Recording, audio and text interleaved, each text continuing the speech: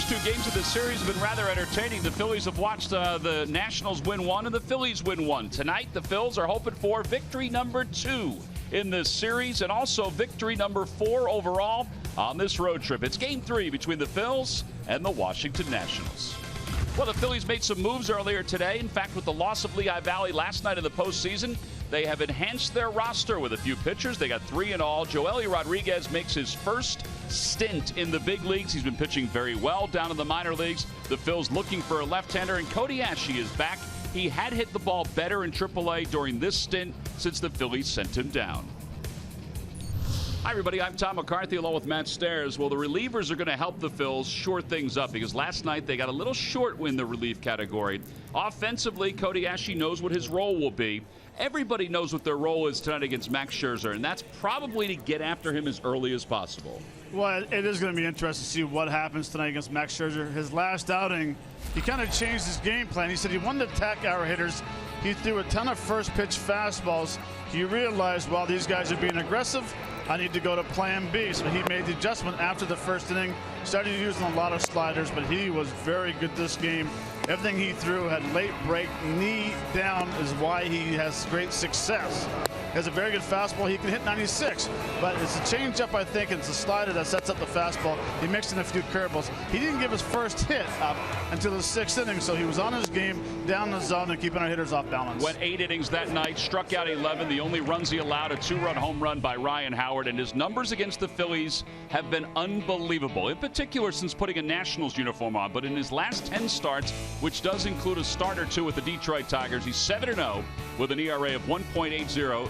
Phillies certainly are used to him. We'll see if they can go after him tonight. Again, first inning numbers, sometimes he gives up some runs in the first inning. The Phillies are hoping they can get some here tonight. So it is game 3 of this 4-game series. It will be Max Scherzer making the start for the Nats and Jared Eichhoff making his 29th start of the season. When we return, we'll get to lineups and first pitch for tonight's game.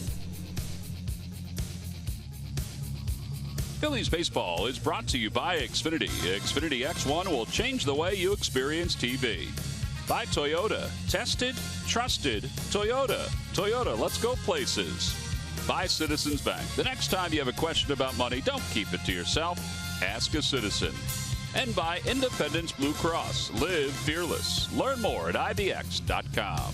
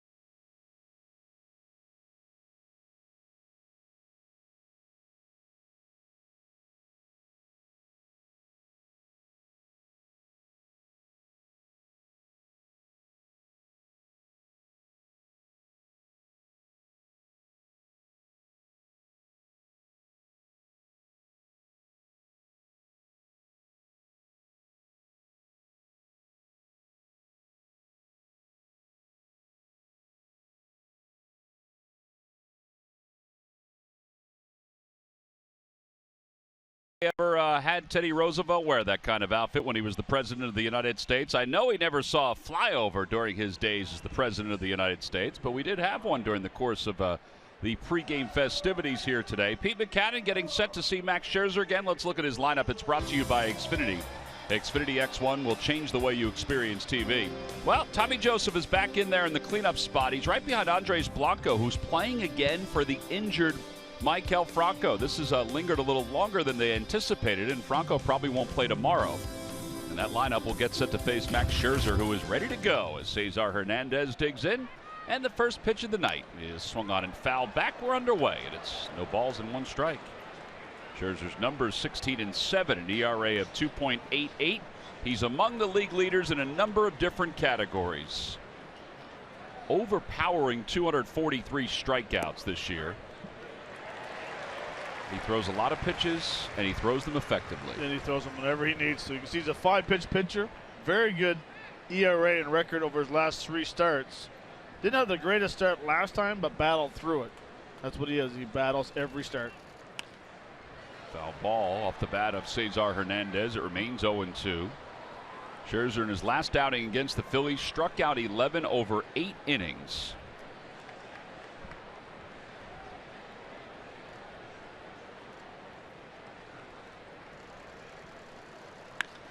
And a line drive to left field. Ben Revere coming on. He can't get it. He knocks it down on one hop. And Cesar Hernandez is aboard with a leadoff single. So no threat of a no-hitter tonight. It's a good start.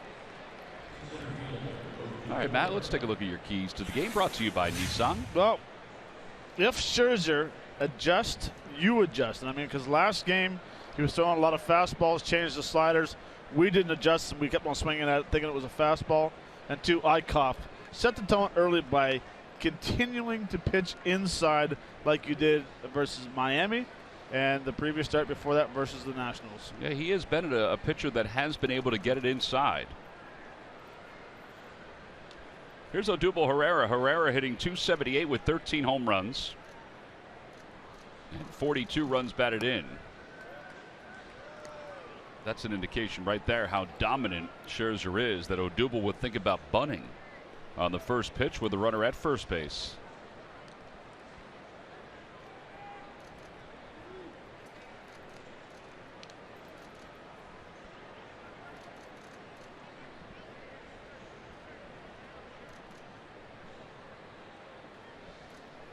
One ball, no strikes to Herrera. Good lead by Cesar. And he draws a lollipop over to first. The Lucky McDonald's Phillies home run jackpot contestant is Sandra Bublitz of Townsend, Delaware. Phillies hit a home run in today's ballgame, and Sandy will win $100. McDonald's Mix and Match any 2 for just $2.50 on McDonald's McPick 2 menu.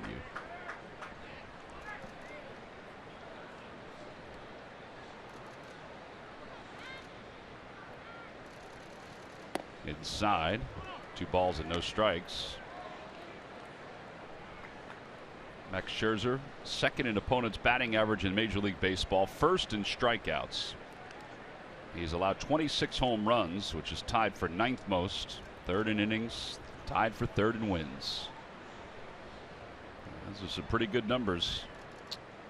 Yeah, 243 strikeouts, 47 base on balls. That's it.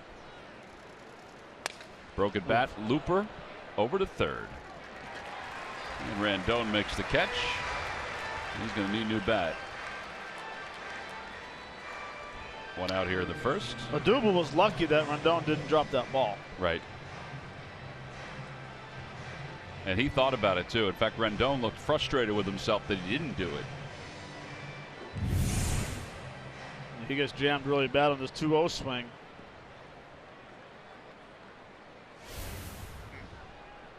Boy, he could have let it drop, and it would have been an easy double play. And it would have been a very easy lesson to be learned. Yeah, because he probably wouldn't be playing. Nope. Andres Blanco's the hitter. Blanco, 1 for 5 so far in this series. 1 for 9 on the road trip, and he takes strike 1. It's 0-1. I'm intrigued to see what kind of game plan Scherzer comes out with. David Rackley is the home plate umpire. Well, it's been off speed so far. Hernandez saw 2 breaking balls. Odubel saw a curveball and a changeup. First pitch curveball to Whitey.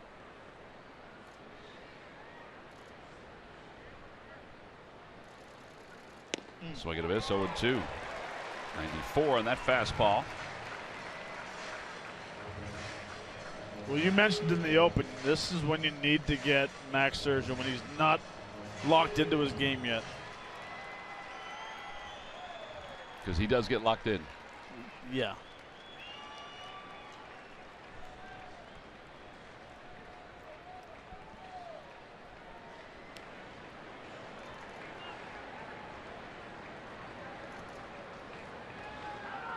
Time is called. Nationals come into this ball game sitting atop the NL East comfortably with a magic number of 14 to clinch the division crown.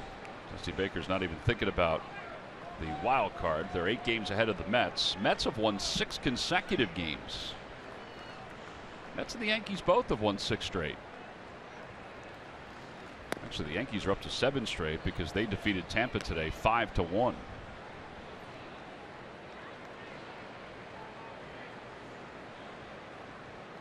See what Scherzer's ERA is the first 3 innings of games, this being his 30th start.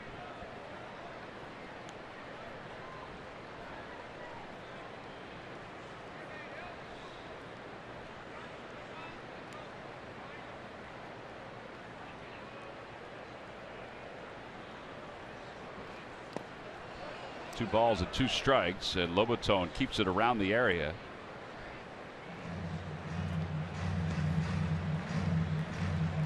Wilson Ramos took a few foul balls last night, so he has tonight off. He's a little banged up.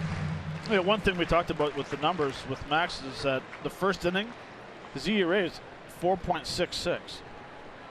So a guy that throws 5 pitches kind of feels himself way through that first inning of trying to lock in all 5 pitches. And we've seen so far all 5 pitches.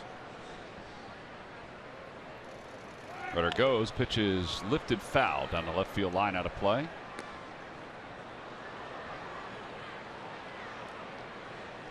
So Hernandez goes back to first. Based on what you saw his last time out, do you think he comes out with a does he continue with the off-speed pitch approach, or does he come back with the fastball approach? I believe he's going to stay with the off-speed until they show they can hit it. Until they show they adjust to it and start sitting on off-speed. Now, one thing about it is you got to respect his fastball. 96, 97. 3 balls, 2 strikes to Andres Blanco. Blanco is playing third base again tonight for Maikel Franco. Franco told Jim Salisbury from CSNPhilly.com that he's not going to play tomorrow. He's going to play on Monday. I don't think anybody anticipated that the thumb injury, the thumb problem, would be this long lasting, considering that he played 2 days with it. There goes Hernandez again. The pitch is fouled again. Man, we'll do it all over.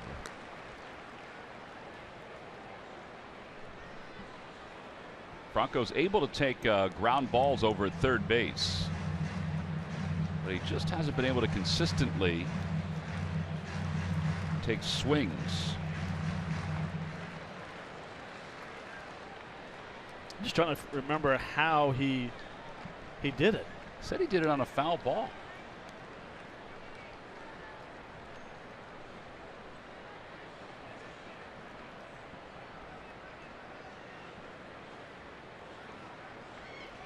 Scherzer burying his times to the plate, and he walks Andres Blanco. That's a very good at bat, but one thing I talk about is when you call timeout, don't take your hand off the bat. Whitey was calling for timeout, wasn't granted it. He still stayed in a position where he was ready to hit. You can see he's telling Mickey, he's saying, I called for timeout, they didn't give it to me. But nice job, because the time before he called time, he took his hand off. But you watch him right here, he's yelling time. Doesn't panic. Yeah, because Scherzer was taking his time to get to the plate, which he does do. Tommy Joseph is now the hitter. Joseph getting a chance to start here tonight.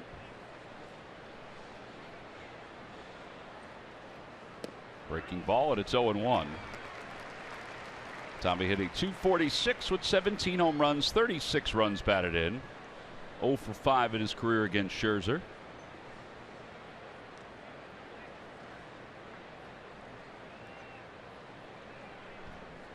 There's Ryan Howard, who played the first 2 games of the series.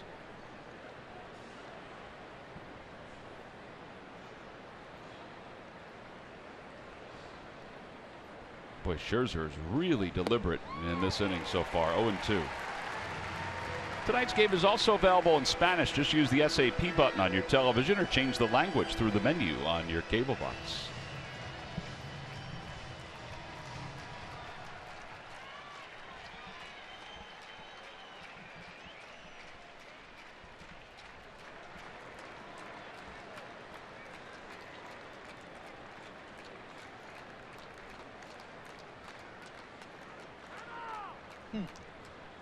He has not done this, Matt, since his first outing against the Phillies.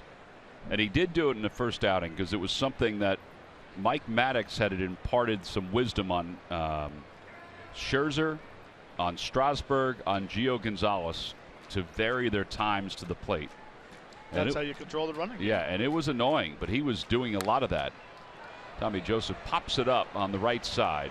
Clint Robinson, the first baseman, is under it. Infield fly rule is called. So the batter's automatically out since the ball was in fair territory. 2 away. And here's Cameron Rupp. There's Strasburg. Tanner Roark. Gio Gonzalez is charting. A.J. Cole is next to Gio Gonzalez.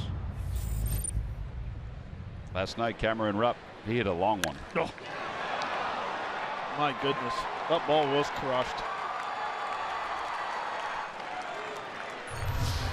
A good spot to do it again. Coming off facing a guy that throws 97 to 100, he threw him slider, ball 1, ball 2.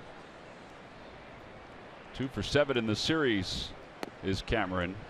He's just 5 for his last 35, which is amazing to think that he has struggled that much.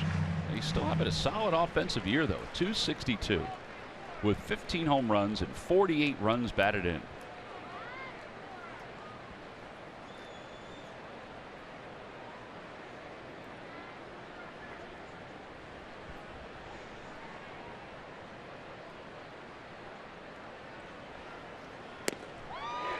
And 2.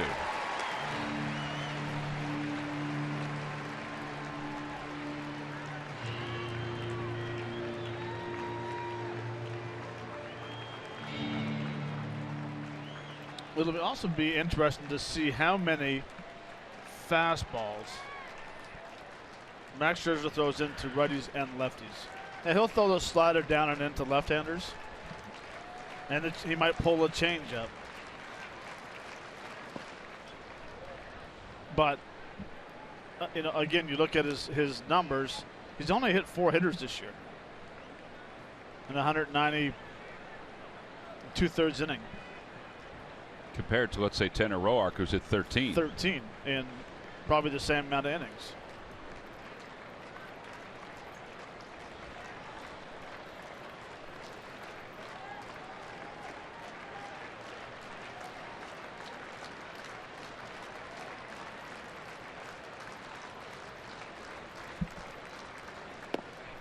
Two balls and 2 strikes. And where I'm going with this is that they have scouting report on everything, pitches thrown, location, how he pitches you throughout your career. You can see the highest pitch percentage of strikes. That's tremendous, 68.2. And you're second. Is that if you go by the scouting report and you watch, you might be able to dive in to a certain pitch. If he's going to go away here with the 2-seamer, go ahead and dive as a right-hander. Popped him up. Shallow right field. Daniel Murphy's under it. So a couple of pop-ups gets Max Scherzer out of the first. No runs, 1 hit, 2 men left. Jared Eichhoff had a little extra time to wait, and now he's going to the mound to pitch the bottom of the first.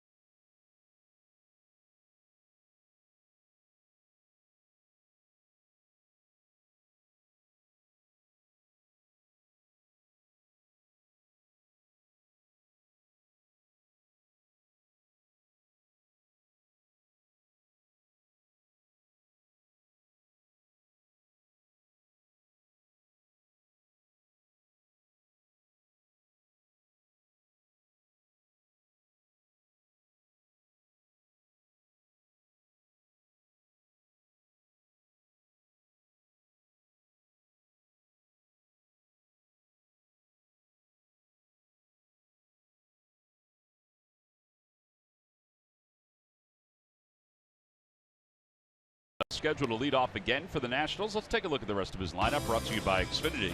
Xfinity X1 will change the way you experience TV. So they have Robinson in playing first base instead of Brian Zimmerman, and Lobaton batting 8th is catching tonight for the second time in this series. See what Harper's done his last 25 games. We'll be talking about that, how hot he has been. He is back in the cleanup spot, and they will face Jared Eickhoff. Eickhoff 10-13, one of 2 Phillies pitchers with 10 victories this year, 138 strikeouts and 167 2/3 innings of work. Yeah, he's been very good. Only 38 walks the whole year. Pitches to contact. He will give up a few home runs because he doesn't pitch around guys. He attacks them. You see the scouting report. He is a 4-pitch pitcher. Will sit right around 91, 92 at times. But his curveball has been outstanding the whole year. 24% of the time. Leg hitting, $157. Well, he delivers the first pitch to Trey Turner, last night's hero, at the knees. It's 0-1. You can't even buy Tim Hortons coffee for $157 any longer. It's a travesty, Matt.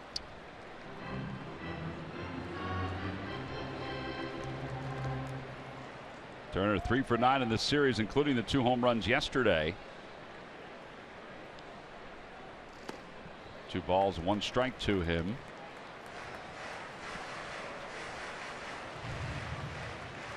Eickhoff finished the month of August with a 3-1 record, but an ERA of just under 5 in 5 games. So far this year, he's 0-1 versus the Nationals with an ERA of 4.50. It's only 1 start.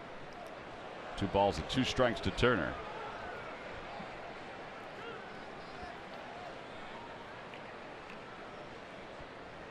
Of all the young pitchers, his name has never popped up as far as a guy that they were going to shut down or not. Ball is lined foul. That was a little bit of a hanger. Remains 2-2. Yes, back-to-back pitches. One was a slider. That one there was a curveball.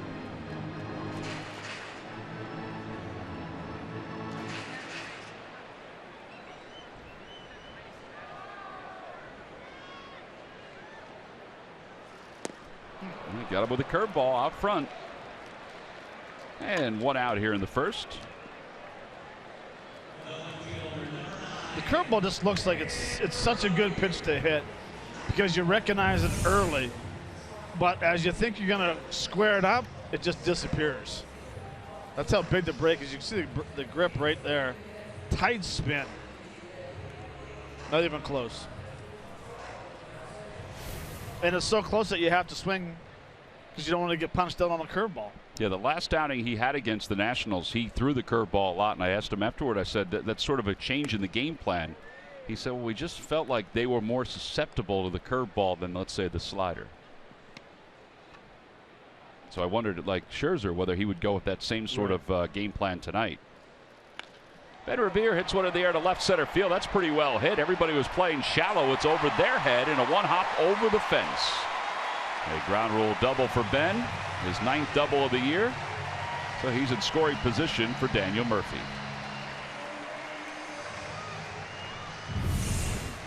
It's a fastball, 1-0 pitch.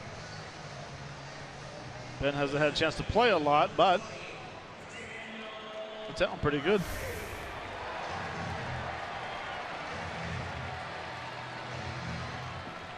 One thing about Ben Revere, he's not going to take a lot of pitches, and if he sees a fastball, he's going.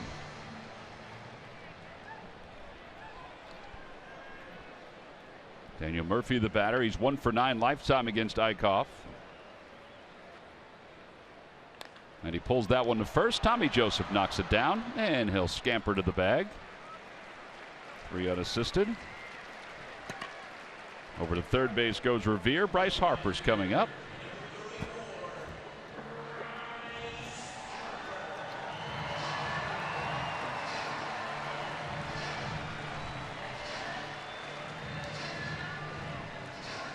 Harper hitting .250 with 23 home runs and 77 runs batted in.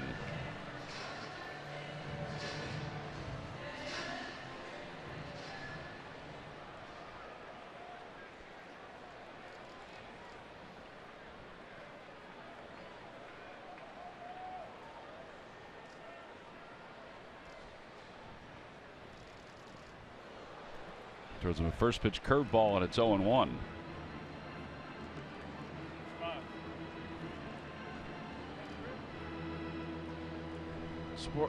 scoreboard said 70-mile-an-hour curveball. Hit speed was 101 miles an hour. Maybe they were anticipating. That might lead you to believe that that statistic up there may not be right on the mark. Unless that was referring to Murphy's ball hit the first base.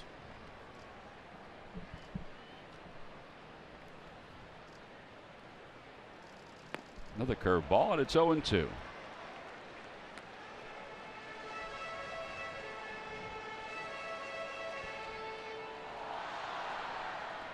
I don't know if you call it a third time here or not. Well, you can bounce it. Elevate the fastball.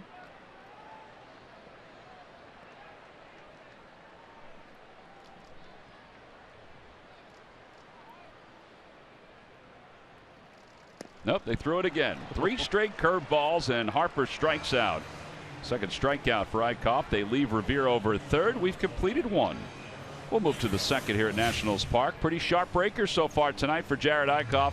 That is a good sign as we go to the top of the second.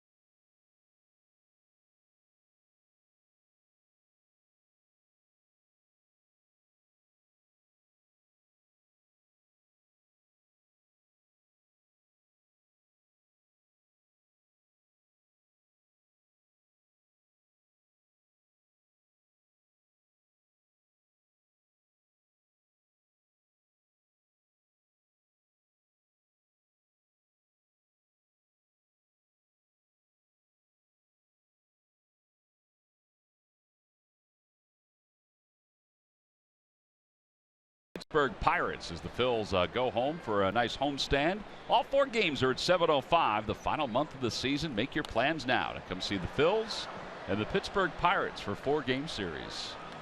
Tickets can be purchased anytime by going to Phillies.com. Here's Freddie Galvis. Galvis 2 for 7 with a sacrifice in this series. 5 for 20 on the road trip.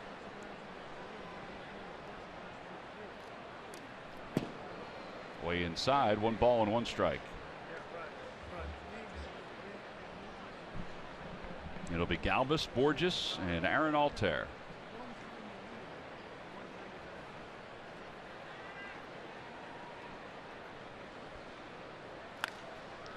The opposite way, Ben Revere on the run out toward the warning track, and he'll track it down.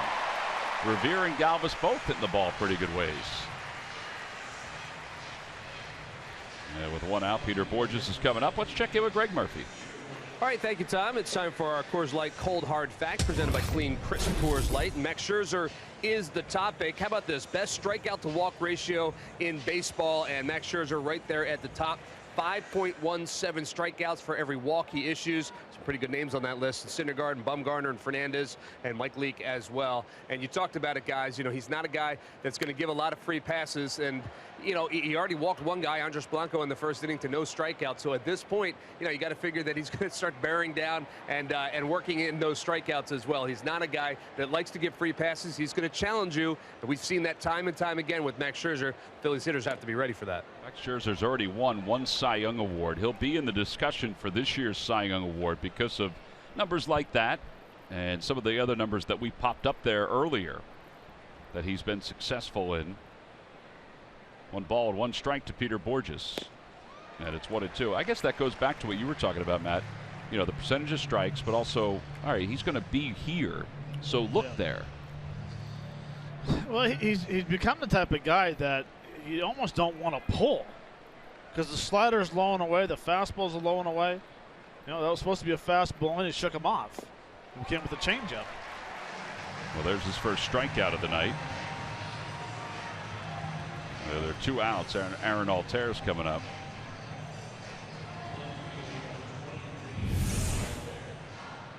This is a great changeup right here. Watch the thing just drop off the table.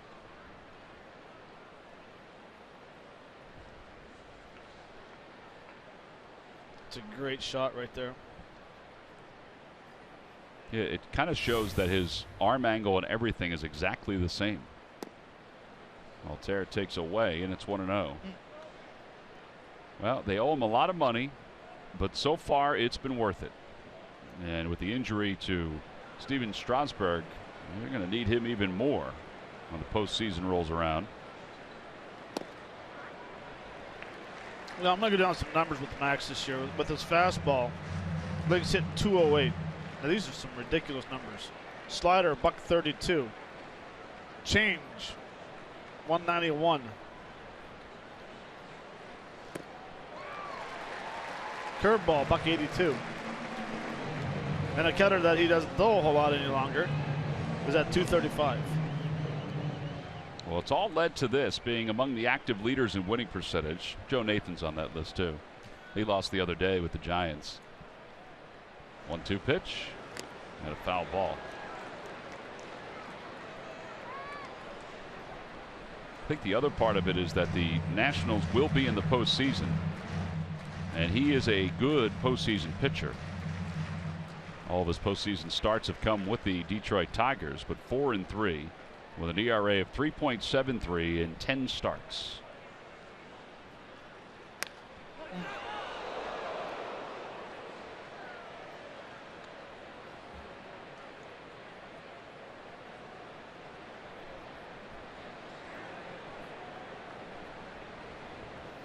Well, that ball got into the crowd in a hurry.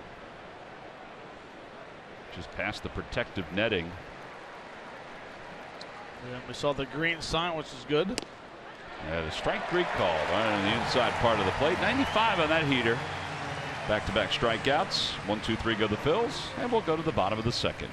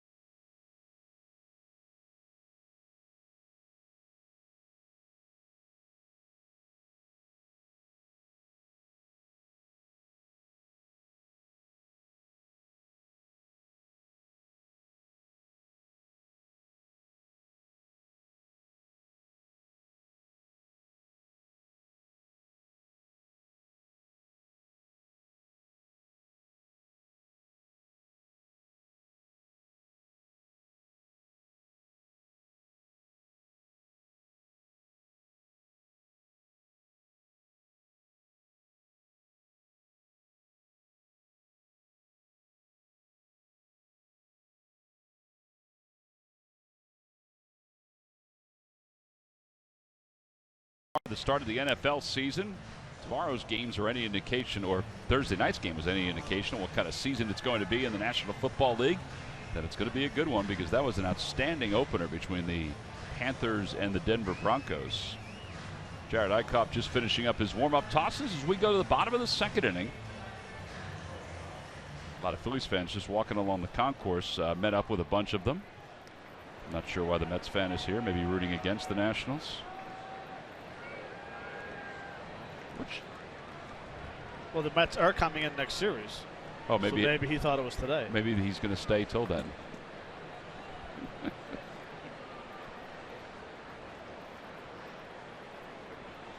Whatever it is, the guy next to him, he needs to wake up because the inning's about to start. That guy was out. It's a hot day, Matt. The heat wears on you after a while. It's all on your mind. It's all in your head. I thought EA Sports says you're in the game. Odubel Herrera on the first pitch is under it, and one out.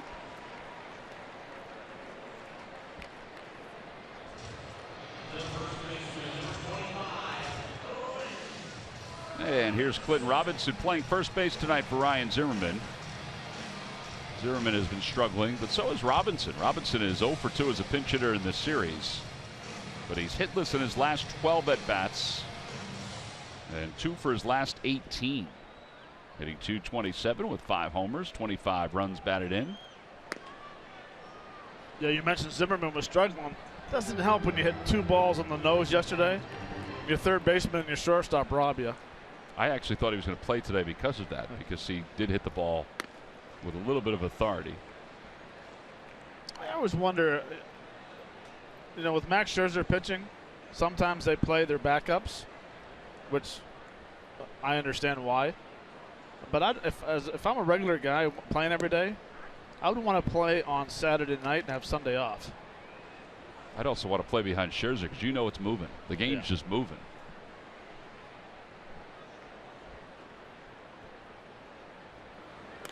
Robinson fouls it away over the third base side. 2 balls, 2 strikes.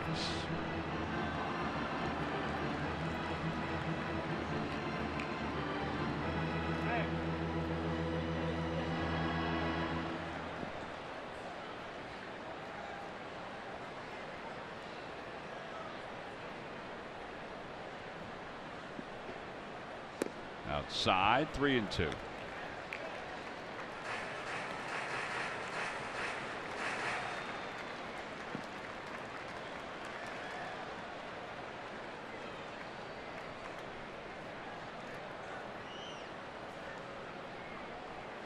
And ball 4. That ball looked like it slipped right out of Eichhoff's hand, so that's his first walk. Just like Scherzer, he doesn't walk a lot of guys. And a 1-out base runner brings Danny Espinosa to the plate. If your employees are on the road as much as the Phillies are, protect them with Independence Blue Cross. They're part of a national system of Blue Cross and Blue Shield plans that cover more than 100 million members across the country. Live fearless. Learn more at ibx.com/biz.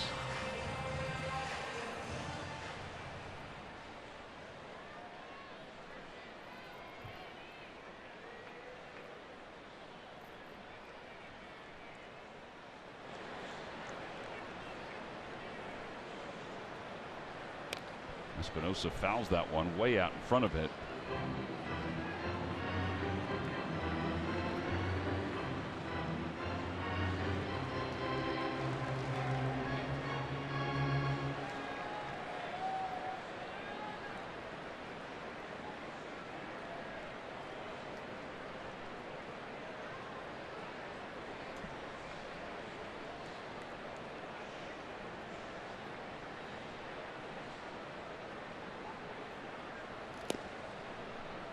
Runs a pitch outside, a changeup.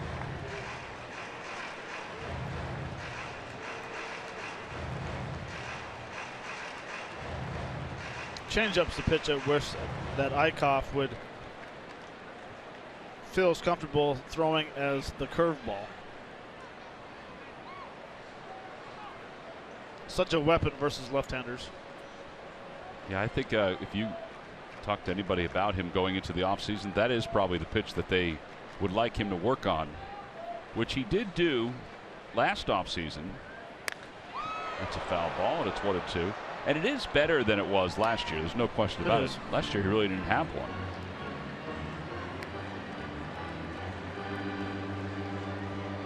Worked with his buddies from college on his changeup this year. Other guys that are professional ball players. and I'm not by no means a pitching coach, or I'm just going by experience of what the hardest pitch that I had a hard time hitting, and lefty struggle with is a straight change. I think it's a great perspective. He gets on the side of it a little bit, so it's almost like a softer two-seamer. Out to center field again. Odubel Herrera on the run. He'll get to the spot. And he makes the catch for the second out.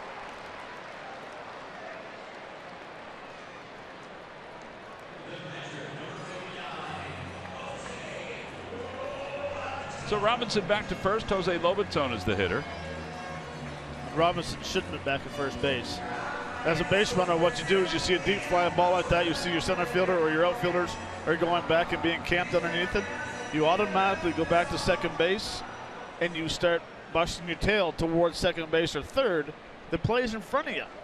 So you know if you have to stop and go back or if you're going to make it or not. Yeah, and a lot of times a center fielder like Odubel there, he was back on his heels a little bit. You catch it flat-footed. Yeah.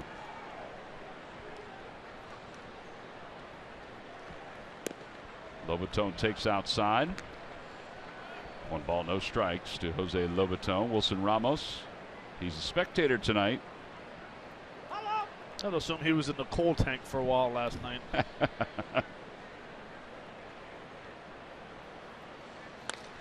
Over to shortstop, and just under the outstretched glove of Freddie Galvis, who was shaded toward the middle. And Lobaton, who was 0 for 3 in game 1 of this series, picks up a base hit the opposite way. So 2 on for Max Scherzer. Well, two-seamer low running away. Just out of the reach of Freddie Galvis.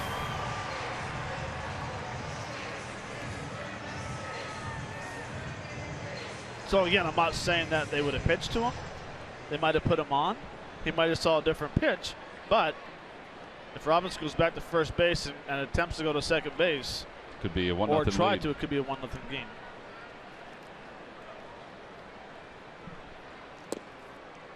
Scherzer's hitting just 164, but he does have 8 RBIs.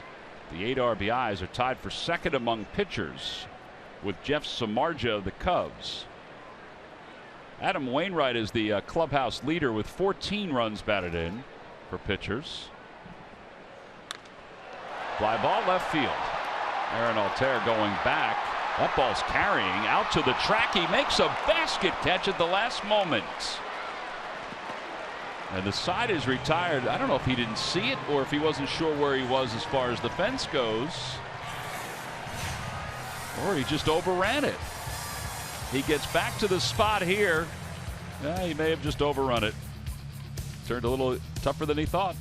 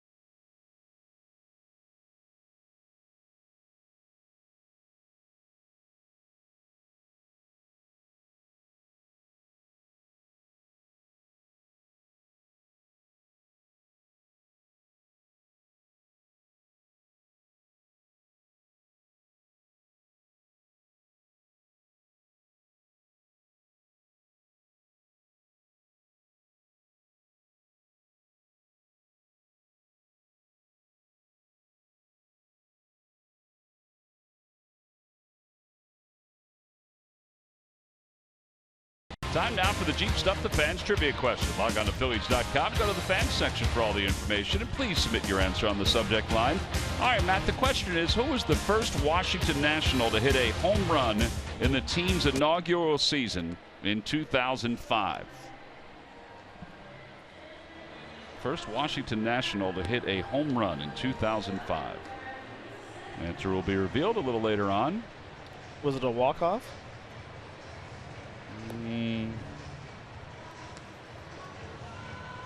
Home or road? I'm going to have to get back to you on that answer. I think it was at home. Well, Ryan Zimmerman hit the first walk-off home run in this ballpark. Right, we just saw that. And he was the trivia question yesterday, so he wouldn't be today. Well, he might be today. You never know. Sang wouldn't do that to me. Might be doing a little trick on that one. I'm going to say no. All right. 2005. Jared Eichhoff leads it off here in the third. Takes inside. 1 ball, no strikes. Perhaps a left-handed hitter? Perhaps.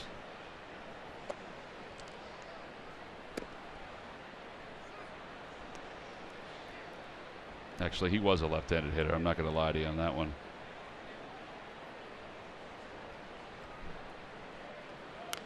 Eichhoff fouls it back. 2 balls and 1 strike. All right, so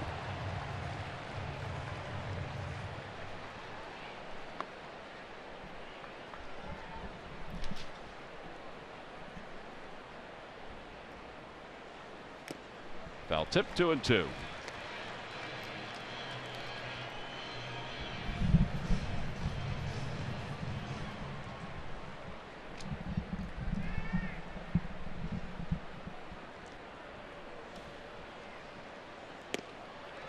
And Eichhoff is down looking on strike. So 3 strikeouts in a row for Scherzer. As he gets Eichhoff looking. Go back to the top of the order. With MLB.TV Premium, watch every out-of-market game live in HD on over 400 supported devices. And enjoy a free subscription to At-Bat Premium, the #1 app for live baseball. Blackout and other restrictions apply. Visit MLB.TV.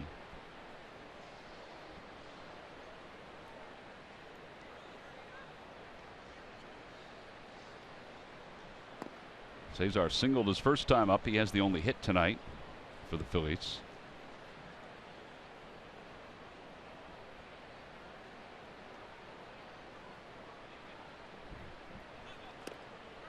Showing bunt, and it's 1-1.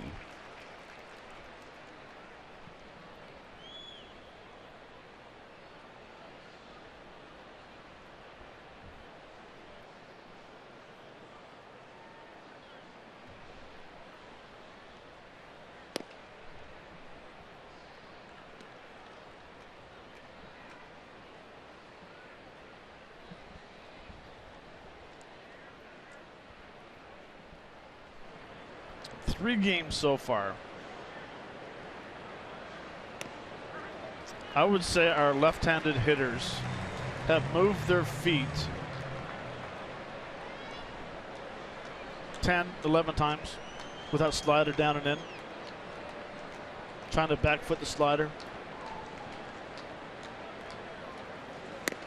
Up and in, 3-2. Now they've swung at those pitches a couple times. They have. They've been hit with that pitch a couple of times. On a swing, once by Blanco. Yep. Odubel. There's a line drive, base hit it to right field for Cesar Hernandez. So he's 2 for 2. Phillies have a base runner with 1 man down. It brings Odubel Herrera to the plate. Odubel, who was lifted from last night's game early after being hit by a pitch. He wound up scoring a run. He looked like he was moving okay. Came back to the dugout, and A.J. Ellis took some dirt and rubbed it on it and said, okay, go back out and play defense. But not that nicely. Odubel was lifted as a precaution a little later on. Herrera lined out softly, a little humpback liner, his first time out to third. Swing and a miss, 0-1. Here's the hit by pitch. I mean, this one just gets him right below the knee.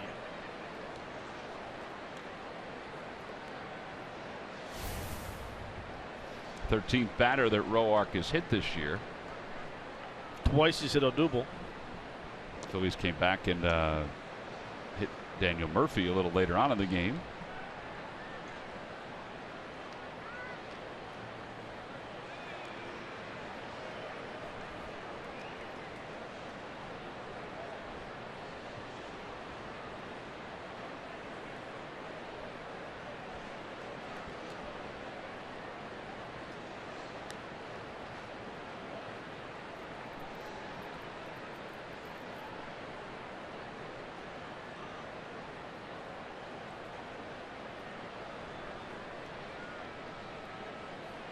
Runner goes, pitch is swung out and missed. Lobaton's throw to second base gets by Espinosa and into shallow center field. A stolen base for Cesar Hernandez. That is his 17th of the year. And he is in scoring position for the second time tonight. Not a bad jump. Pretty good, good throw they have him at second base. Again, I don't understand why infielders are not back farther at second base. Every second baseman, every shortstop goes in front of the bag instead of straddling the bag, and when they receive the tag, it's dropped straight down. Schmidt talked about it last time he was on the weekend. Yeah, I don't know where it's been taught differently, but I think all of us have always been taught that you take the throw at the bag, not in front of the bag. You catch the ball in front of the bag. You got to you have a tendency to reach for it. So now you're catching it at about 3 or 4 feet out in front of second base. Now all of a sudden you got to change the direction, come back and tag, instead of allowing the velocity of the ball just to go to second base and just drop the tag on people.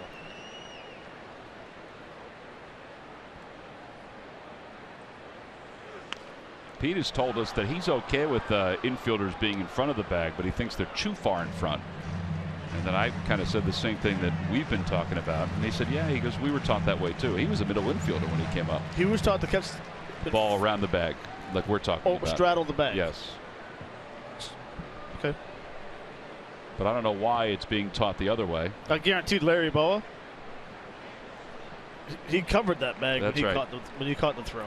Yeah, Larry was a lot like Chase Utley. I mean, Chase was right on the bag. Chase would put his leg down. As Scherzer turns back towards Cesar Hernandez. And I'm not saying like with Espinosa, but if he's backed up a little bit, he might get a better hop. It might give him a longer hop to catch it and go straight down to the tag instead of going out trying to do the short hop.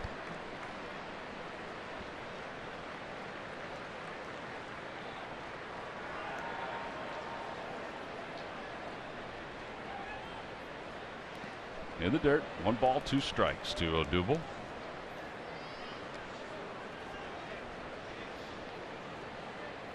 A few extra pitches so far in this third inning for Max Scherzer. He's at 51 with 1 out here at the top of the third.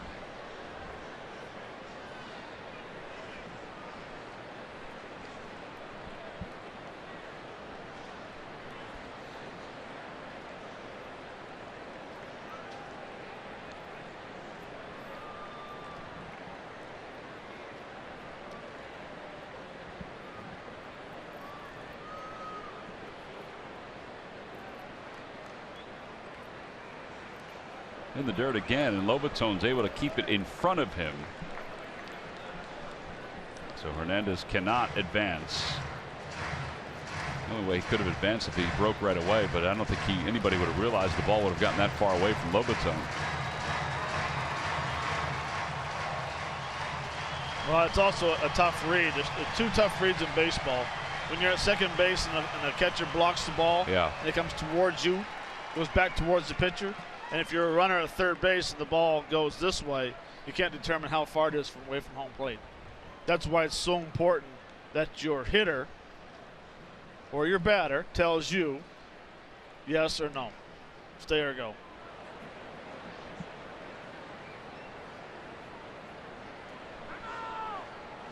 Time is called late.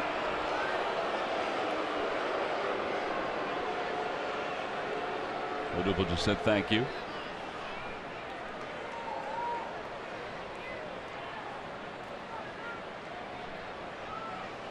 And no one should get angry because of that. Because Scherzer is taking. He's taking a ton long of time. He is. Watch, this will be a quick pitch now.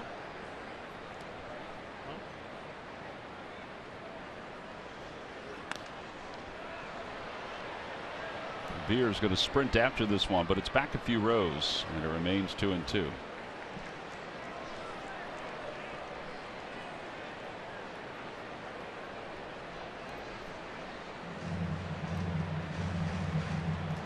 If baseball puts in the proposed clock, saying that you have to throw a pitch before 30 seconds or 20 seconds, he'd be in violation of it tonight.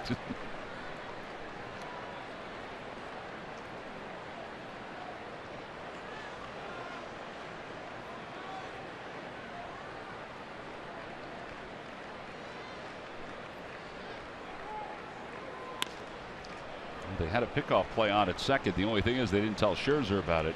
Espinosa was way out of position.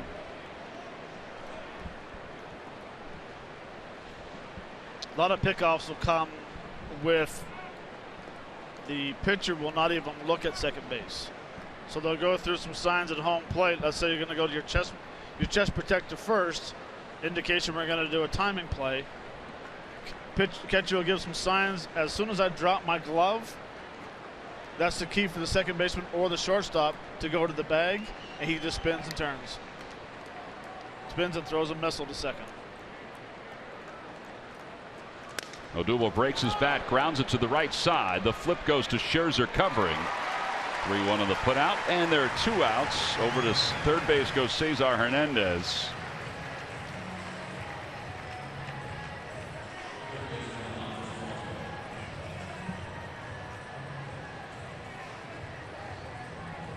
And it's going to be left to Andres Blanco to try to give the Phillies an early lead.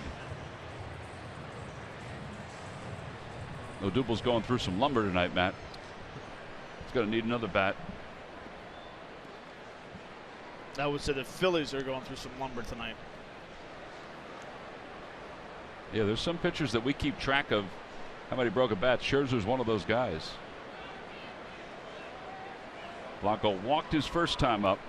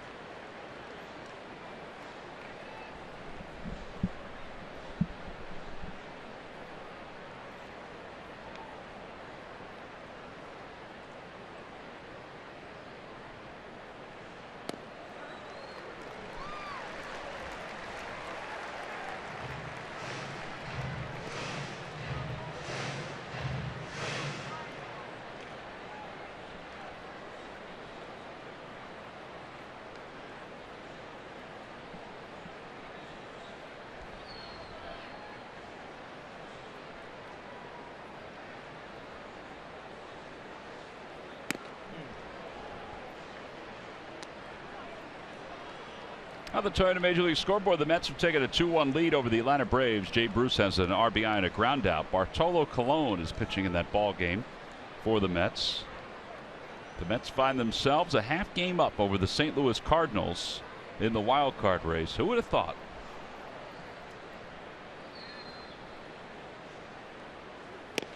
That hit him. That may have got a piece of him. Yep, you can hear it tick a little bit.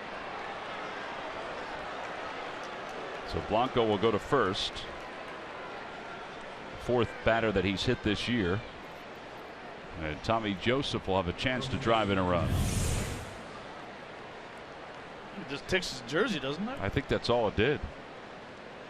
Yep. Looked like the front of his jersey.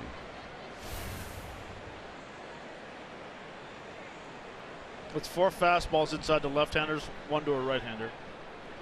Aaron Altair fastball inside struck him out. Back-to-back pitches there.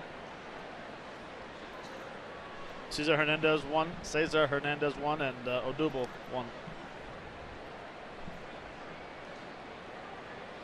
Joseph popped out to first his first time up.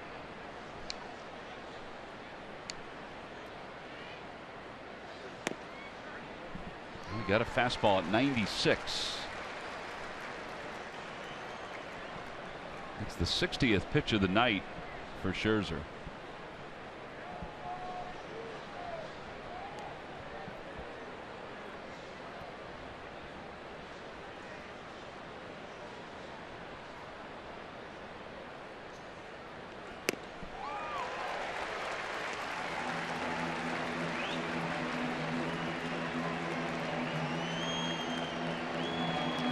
See if they try to steal a run right here.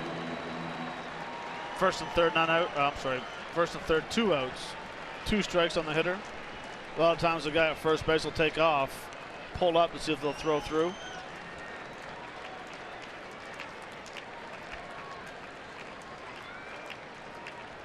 Blanco does not go, and the pitch runs outside. Now he goes, and they're just going to let him take second base. Delay steal.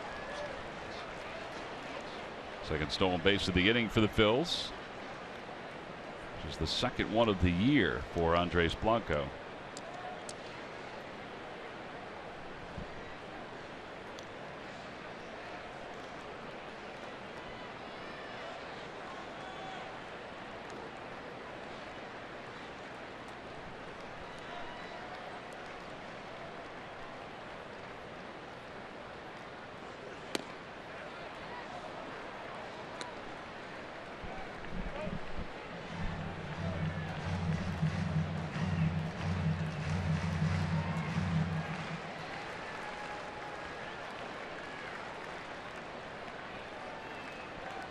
Dusty Baker might have a decision to make in the 5th inning.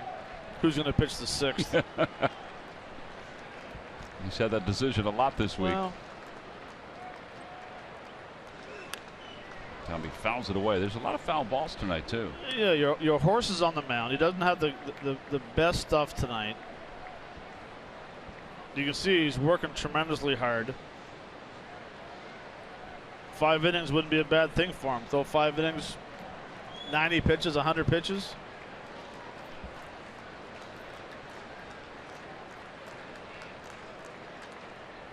But again, he can start the 4th inning and get 27 pitches over the next 3 innings.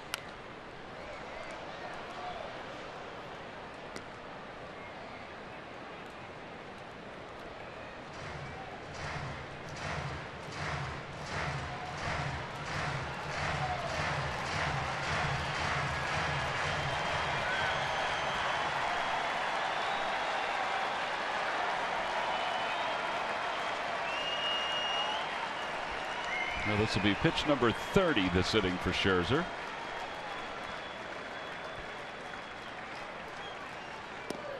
Inside, 3-2.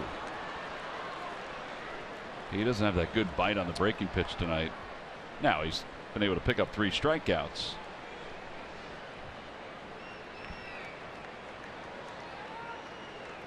And the slider to Peter Borges was a very good slider.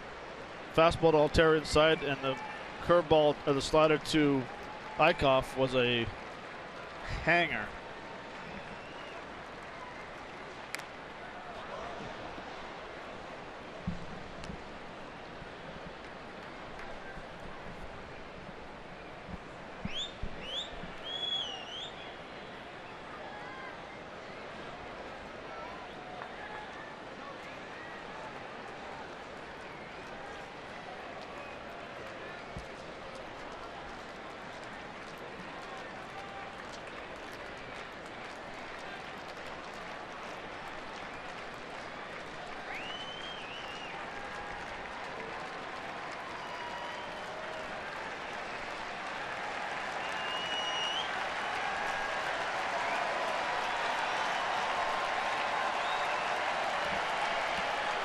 Swing and a miss, he got him. He went upstairs with a heater. And Tommy Joseph strikes out. And the Phillies leave runners at second and third. Phillies have left 3 in scoring position so far tonight.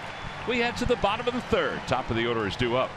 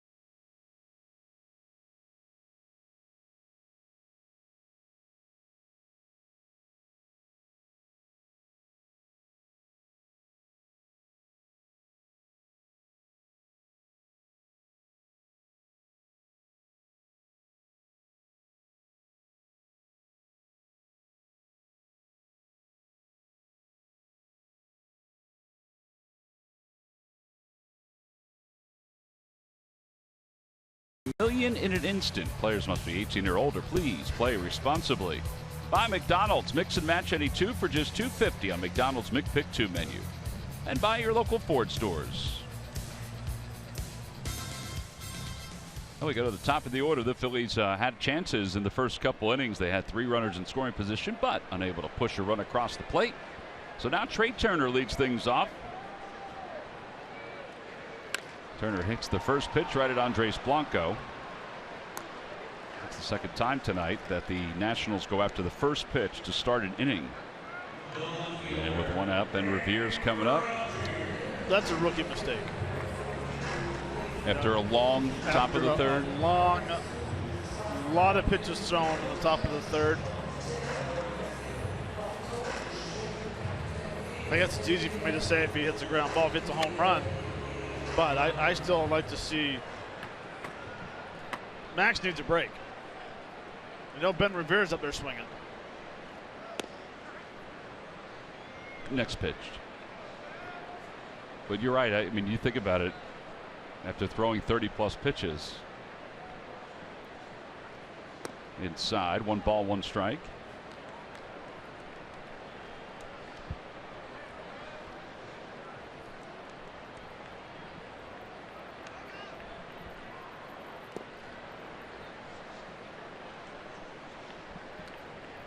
You know, and that's where a veteran needs to come up and say, boys, give him a break, give him a breather.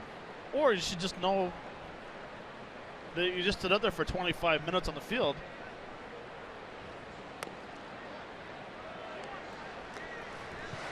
Three balls and 1 strike.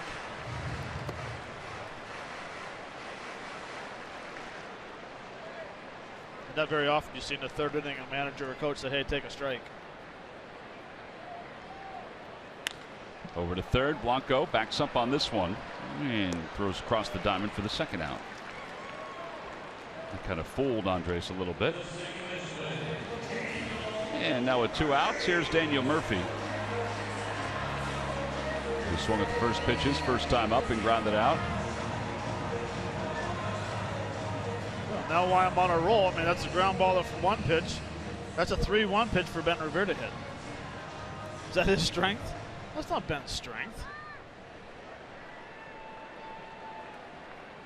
Fastball off the plate. That's a veteran. Took a pitch right down the middle, realized that he needs to take some pitches and give his guy a break. Inside, 1-1. Just kind of looking to see if that bruise had formed any more on the arm of Daniel Murphy from last night when he was hit by that pitch. We could see it pretty clearly last night. No wrap on it anymore. He had a wrap on it, and he got a little bit of the seams there. Inside, 2-1.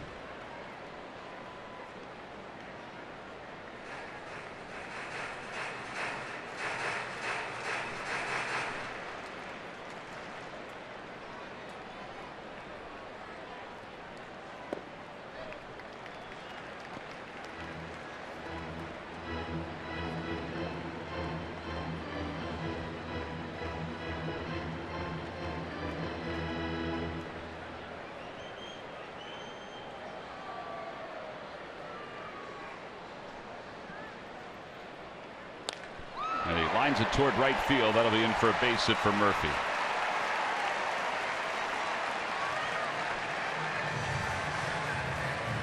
Bryce Harper is the next batter.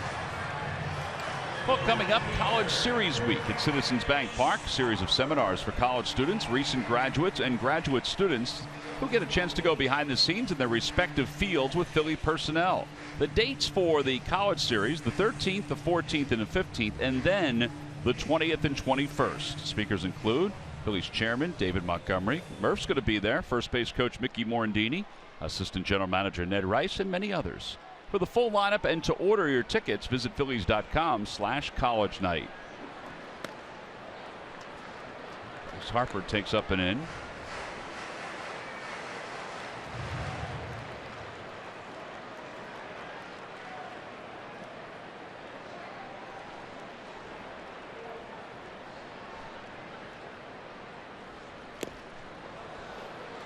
Well, Harper last time got 3 straight curveballs and went down on strikes. That time he got a slider. And it's 1 ball and 1 strike to him.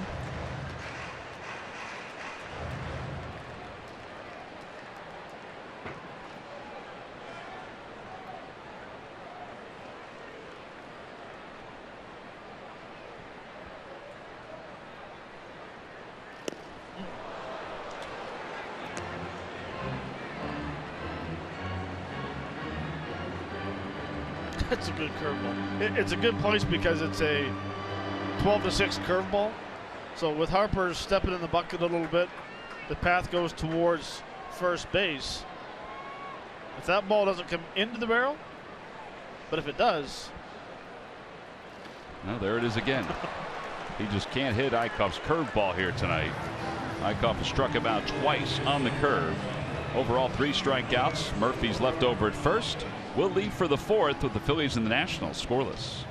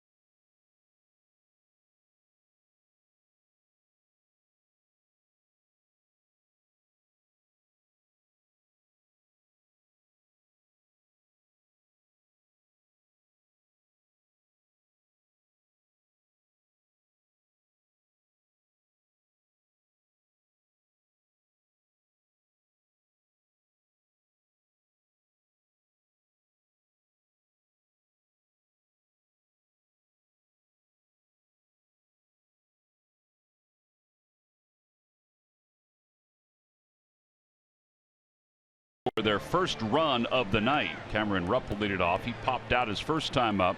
Cam hitting under 220 since the All-Star break with 6 home runs. But man, did he mash a home run in last night's ball game, a 3-run shot. And I don't know how you cut it, Murph, but this has been a heck of an offensive year for Cameron Rupp. You're right, Tom. I think you could make the argument that Cameron Rupp has been the most improved offensive player on this Phillies team this year. I had a conversation with him about that today and about his numbers today. And I said, what has been the biggest difference for you this season than in years past? He said, well, first and foremost, he said, just getting a chance to play more often. He's played, this is his game number 91 for Cameron. There you see his career highs in all of those categories, including hits and runs and home runs. He said, so getting a chance to play and, just, feeling comfortable, that's true in any walk of life and anything you're doing. So that's key number 1. But 2, he said, I think it's been that I've been able to stick with my approach the entire season. He said, I'm not changing things up there at the plate. I have an approach. I know what I want to do. And that approach is, trying to see that ball deep inside and stay with it through the middle of the field. He's been able to do that most of the year. And, getting a chance to play more consistently, he thinks will only enhance his chances of making those numbers even better. But if you look at it, you can't argue that he's having a career year, career highs in all of those offensive categories. Yeah, he's been very durable as he strikes out, which is a good thing for the Phillies, and for any catcher is to stay healthy the entire year. In the last few weeks he has continued to work on his defense as well, not necessarily his throwing, but his game calling. And for a young catcher, I think that's probably the hardest thing for you to understand is to grasp the game calling part of it. No, you know what? I agree 100% with you. I think offensively, there's rooms where he's working. Remember now, he's getting a chance. He's third in National League in home runs for catchers, but he's still trying to figure out his swing. He has 334 at bats this year in the big leagues. But I would say, Tom, and I would agree with you, is that the calling the game and putting the hitting aside think about, each guy, go over each day. Hey, remember yesterday this guy did this and this and this. Maybe this would be a good idea for us to do this as well. Out to center field, a base hit for Freddie Galvis. Like tonight, he's done a great job the way he's attacked Bryce Harper. Notice that he's leaking a little bit. He's pulling off those curveballs. Well, we'll keep on throwing them. We'll keep calling them low and away. Get them to drop on home plate. He continues to swing. Well, we'll continue to throw them. And although he is the #1 catcher, I think A.J. Ellis has had an impact on him too, from that standpoint, from calling the game and understanding how to call the game and the sequences and things like that. Peter Borges, the batter, he struck out his first time up. He hits this one to short. That should be 2. And it will be 2. 6-4-3 double play. And the Phillies are retired quietly here in the top of the 4th inning. No runs, 1 hit. And one man, or nobody left. We'll go to the bottom of the 4th inning.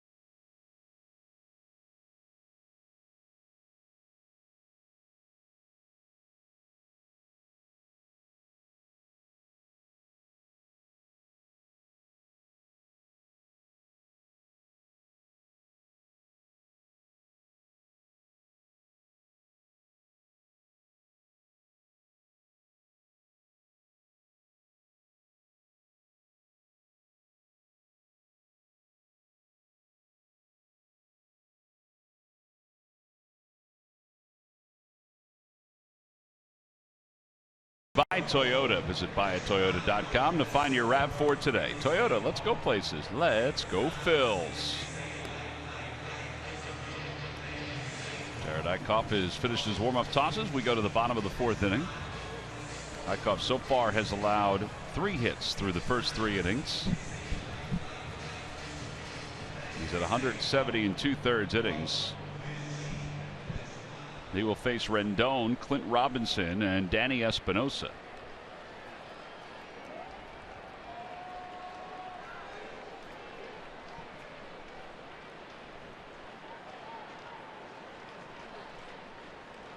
Outside with the first pitch, and it's 1 ball and no strikes. Phillies starters have done a better job as the calendar has flipped to September with how deep they're going into games. For young staff, that's been nice to see, particularly for some guys that may have been struggling before. The lowest ERA in the month of September for the starters is the Dodgers at 2.70, but the Phillies are right there at 2.74, just ahead of the Mets.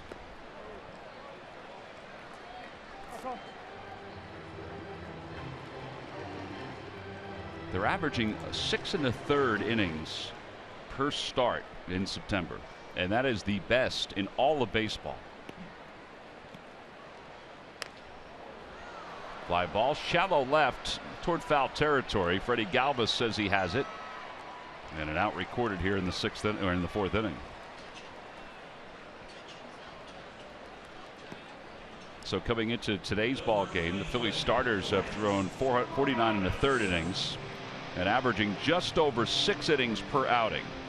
6 1/3 to be exact. They had been for most of the year averaging about 5 2/3.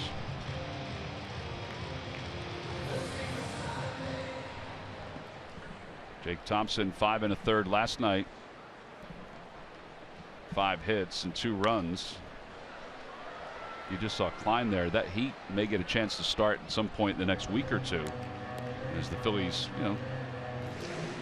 sort of spread out the starts a little bit for some of these young guys. And I think those numbers that you just showed there, the innings pitched, would be higher if it wasn't such a young starting rotation and worrying about the innings. A few times they've been pulled with 79, 80 pitches. Well, there is A.J. Ellis sitting next to Bob McClure. I think there's a lot of people that think that A.J. has had an effect on some of these young pitchers, too, on how they've approached some of these starts. He certainly has had an effect on Cameron Rupp in helping him, but also helping the starters, too.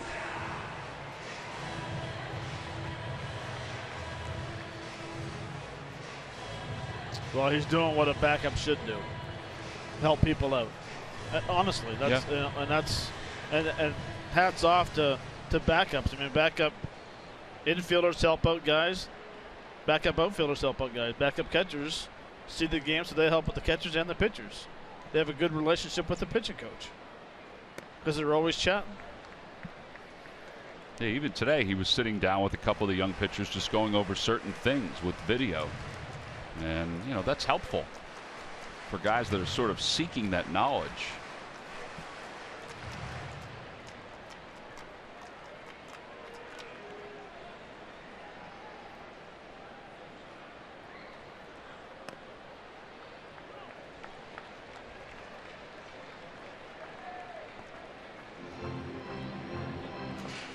Two balls, no strikes to Espinosa. He flied to center his first time up.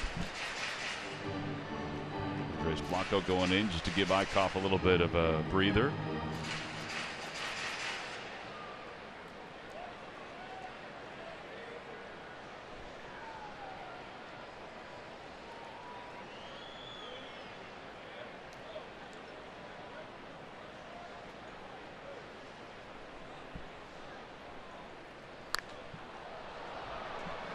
A high fastball that's hit high and foul and out of play.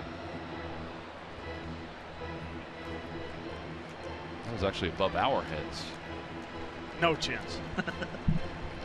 Yeah, maybe that's a little bit of a stretch.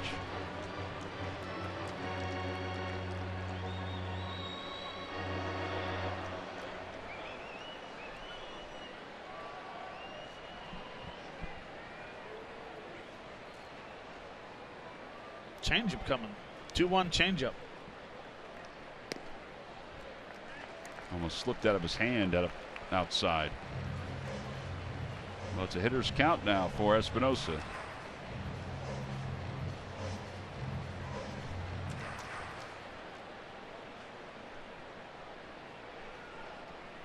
Lobatone on deck.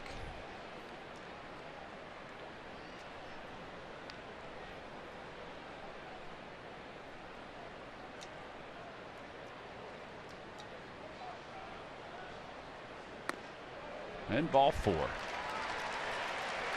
Second walk issued by Eichhoff.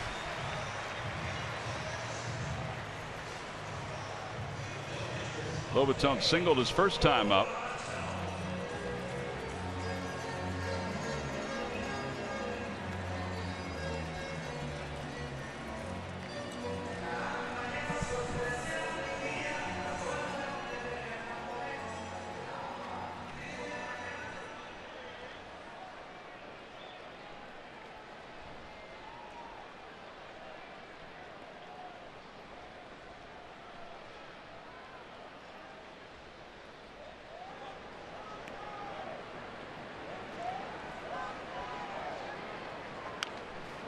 Lobatone swings at the first pitch, a fastball, and it's 0-1.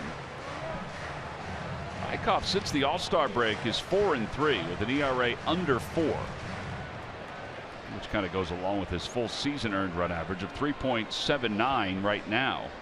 3.86 coming into this game.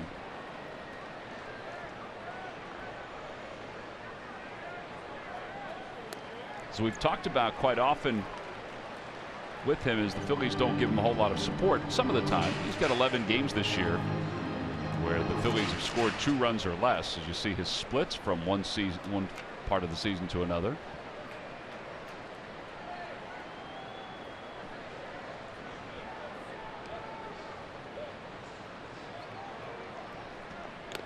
Foul tip, and it's 1-2. Slider. With backdoor slider. Seems like the changeup slipping out of his hand and the curveball right now. Is that because of how warm it's out, Matt, or do you think he's just not getting a grip on it? I think it's because with the curveball you don't grip it as tight. You know, slider you have a tighter grip. Changeup you have a loose grip. Sweating a little bit or a lot.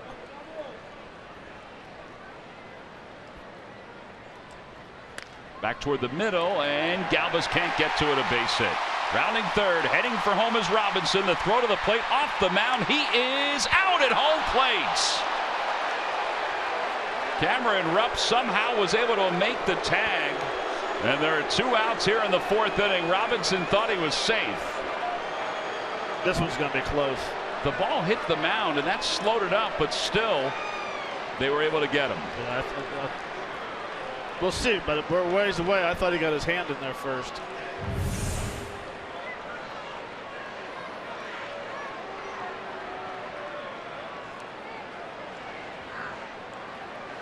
Boy, I didn't know if he even tagged him or not. Did he get him at all? See, I think he got him maybe right before the hand hit the plate. That's the only way it could have happened. That's the only way he could have been out, is if he got him on the shoulder before his hand hit the plate. I think it's one of those optical illusions again. We've had several of them just from the angle standpoint. And they will review it. Take another look. See, right there, did he get his arm before his hand hit the plate?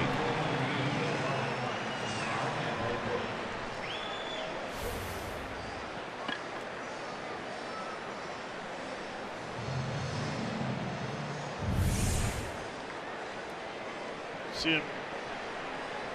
The stab right there. You can't tell from that angle. Well, that's what I'm saying, but I don't know if they can overturn it if you can't tell if it actually if the glove hit the arm there. They've called him out. Do you know what I'm saying, Matt? Like, there is one on the side that we showed you earlier.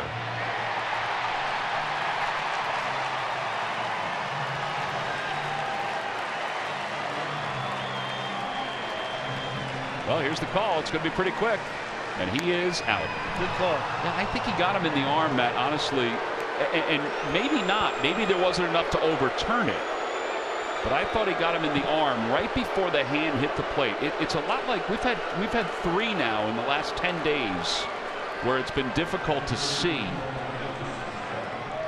So it has been confirmed. So there was evidence that there was a tag before the hand hit the plate. Great throw by Odubel, by the way. Yeah, for Odubel Herrera, that's his 11th outfield assist of the year.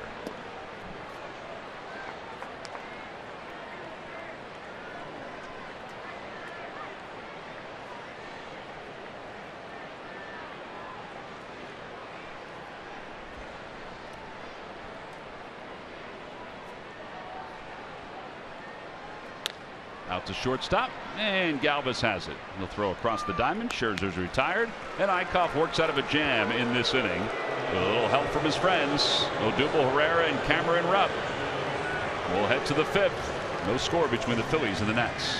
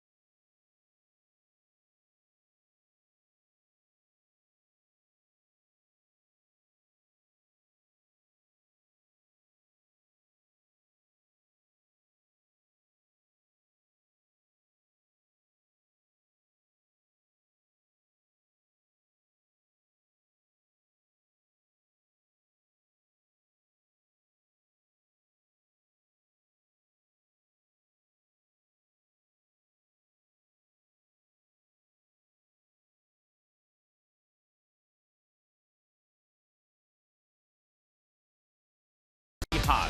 Or do they? Find out how cryotherapy, where temps can dip to minus 220 degrees, is helping a few Phils get through the aches and pains of the regular season. Watch a brand new Phillies clubhouse Monday night at 11 here on CSN. Clint Robinson goes back to his spot over at first base, thrown out trying to score from second base on a base hit by Jose Lobaton. Thrown out by Odubel Herrera. So now we begin the 5th inning, still square at 0. Voltaire struck out, is looking his first time up.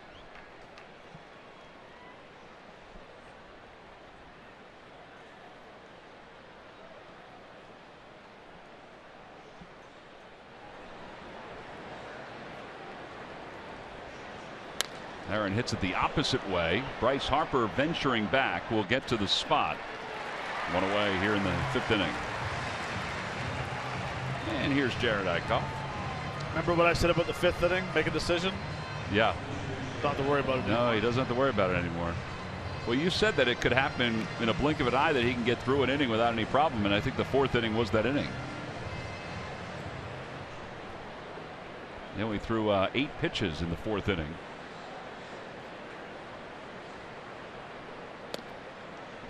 Fastball outside. 1 ball, no strikes.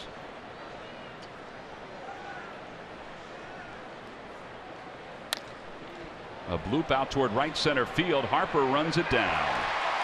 They slide at the end.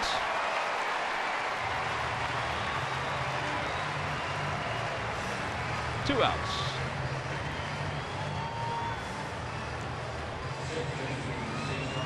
Bryce plays very shallow in right field. Does a tremendous job. A lot of times people will slide like that to get from where the baseball's bouncing, because you run on your heels sometimes. So you slide. And that evens it out? Evens it out. I thought because they wanted to be on every highlight reel going in for the evening. Like Eric Burns. Jim Edmonds. Or Jim Edmonds.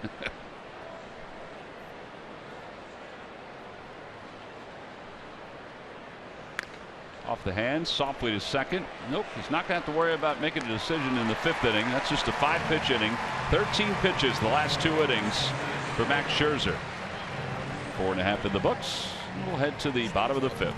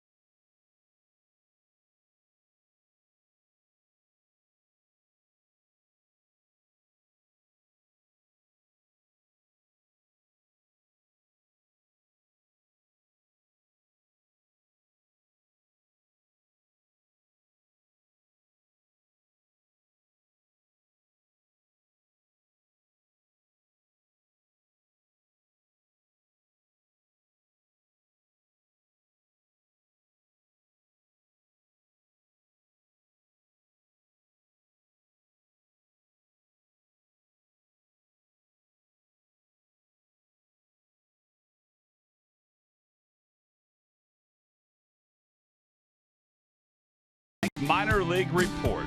An MLB Pipeline released its Team of the Year yesterday, and 2 Phillies prospects are on the Team of the Year. Dylan Cousins, 40 home runs for the Reading Titans, and Rhys Hoskins, 38 home runs for the Reading Titans. The Red Sox are the only other team that has 2 players on the Team of the Year. Trey Turner of the Nationals is on that list. You see him as a shortstop. Of course, he's playing center field for the Nats. Alex Bregman, who has been on fire for the Astros in the big leagues, and David Dahl and Gary Sanchez, both also on fire for their respective teams, is on that list.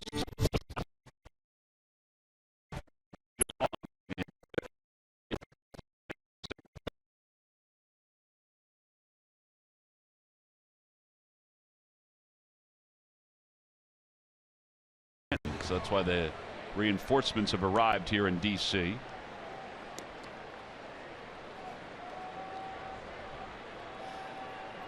Trey Turner's coming up. He provided us with our Geico quote of the day on his 2 home runs last night. I'm not a power lifter or anything like that, but I feel like I'm stronger than I look. It's a matter of mechanics at the plates. Now, you would concur with that? I would agree, yes. He does have good mechanics. 0 for 2 tonight. Takes a curve, and it's 0-1.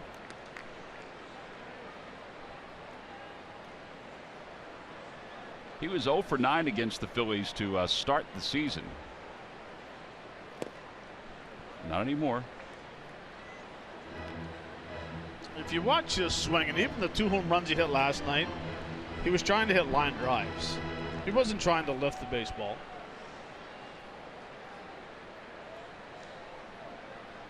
He bunts, and he can run. Rupp is right on it. 1 out.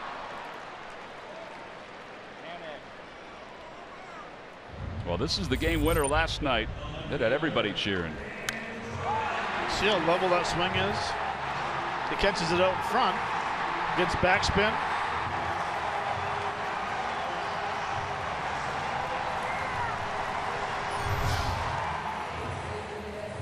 Well over 400 feet. Oh, the bench was excited, the fans were excited, the stat guy was excited. Here's Ben Revere, who doubled his first time up. He's 1 for 2. Doubled his first time, grounded out his second time. Takes a fastball, 0-1.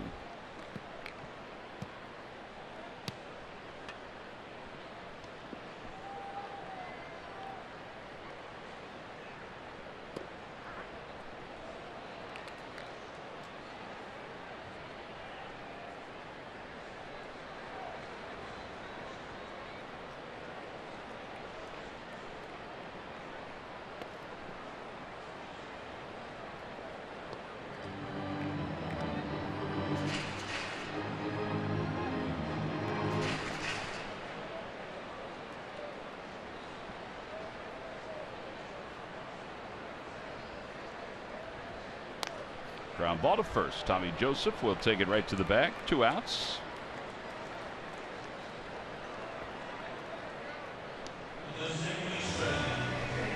A great skipper needs to have faith in his closer, and when it comes to shredding your most confidential documents, hand the game ball over to Fellows, the most trusted name in the game, to get the job done. Delivered for free by who? But W.B. Mason.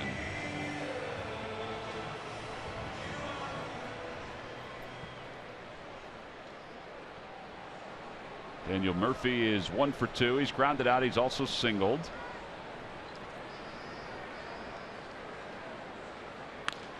Swings at the first pitch. Aaron Altair out in left field will glide under it. And Jared Eichhoff has an easy 5th inning.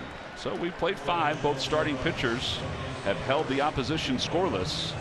On to the 6th inning. The Phils hoping to get something going.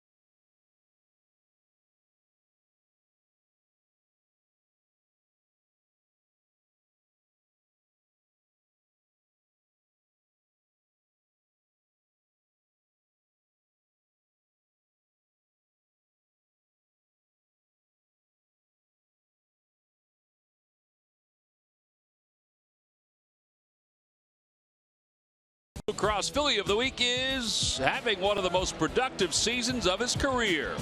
As usual, Freddie is defending his position on the diamond at a top-notch level. The 26-year-old is first among NL shortstops in starts and fielding percentage. But that's just the glove. At the plate, Galvis has reached career best marks in doubles, home runs, extra base hits, RBIs, and steals. In the field and at the plate, he has elevated his game, and it's brought to you by Independence Blue Cross. Live fearless. The ball to right field that you saw in those highlights off the bat of Freddie Galvis, that ended a no-hit bid by Max Scherzer the last time these two teams faced each other. It came in the 6th inning of the ball game. We're here in the 6th. The Phillies have 3 hits tonight against Scherzer. And Odubel Herrera, who's 0 for 2, leads it off. He's 1 for 8 in the series. Takes a breaking ball, and it's 0-1. Just 13 pitches the last 2 innings for Max Scherzer.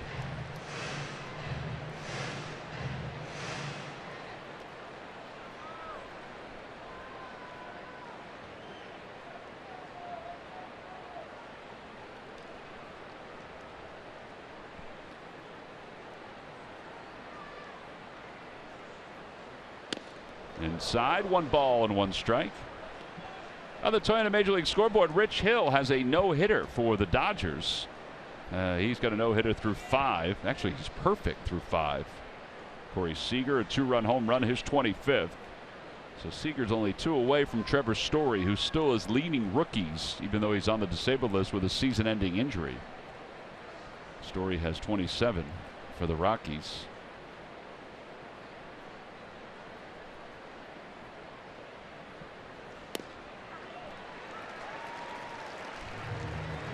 Meets the outside corner, 1-2. Dodgers lead over the Giants is currently at 4 games in the West. Giants blew another one last night. Santiago Casilla, their closer, had another rough game.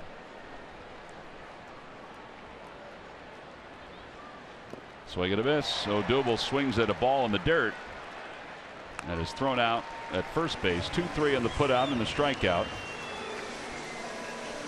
We want to know your favorite Phillies moment of the 2016 season, whether it be something that happened on the field, like Vince Velasquez's 16 strikeouts, or a few of the plays at the plate where Cameron Rupp was run over, or something in the stands. You may have seen something great that happened in the stands with the Fanatic or with the Galapagos gang. Follow us at Phillies and post a video on Instagram with the hashtag FanMemories, telling us about your favorite 2016 Phillies moment.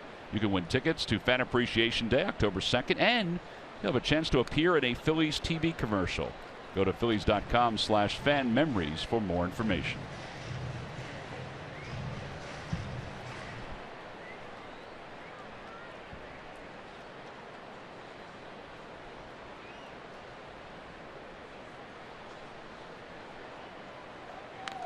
Blanco pops it up behind home plate. Lobaton runs out of room. 0-2. Well, this is where Scherzer's at his best. 2 strikes, particularly 0-2. Got to protect. More often than not, he wins that battle. He has 6 strikeouts in tonight's game.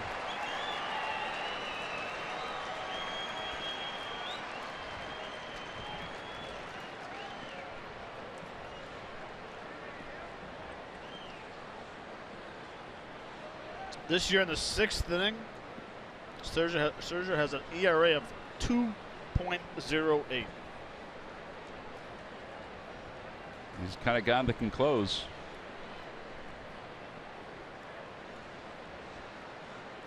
.31 punch-outs, 26 innings.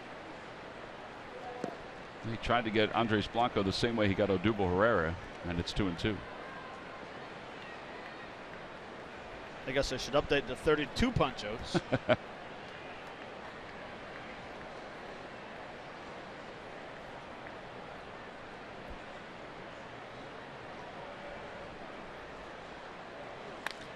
Fly ball center field.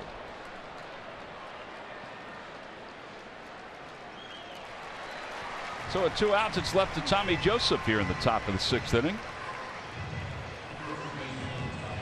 Tommy has gone down on strikes. He's also popped out to first. Pitches by inning. 23 in the first and 32 in the third, but a totally different story the next 3 innings.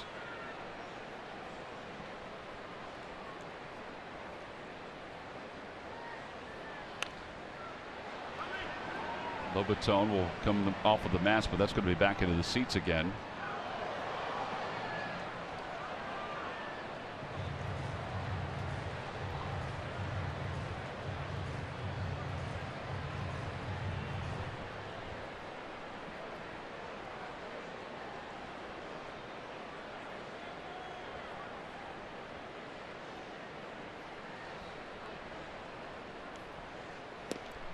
Oh, 2. Scherzer with his 5 2/3 tonight is over 200 innings.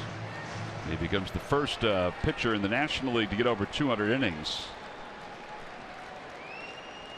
0-2 pitch to Tommy Joseph. Outside, 1-2. He's 1 strikeout away from 250.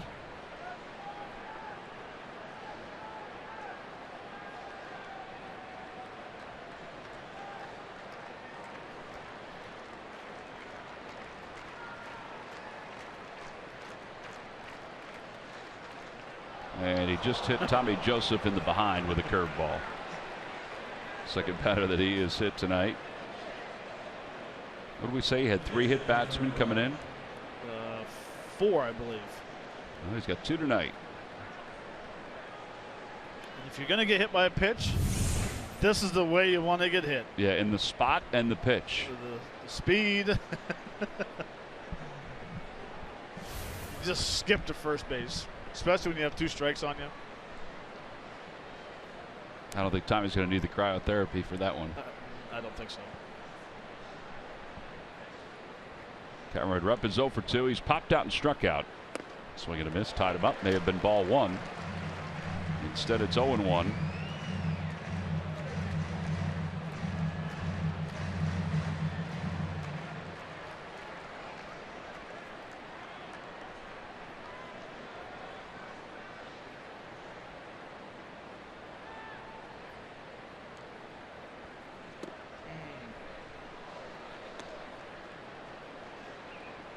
Sometimes sliders come in and just says hit me.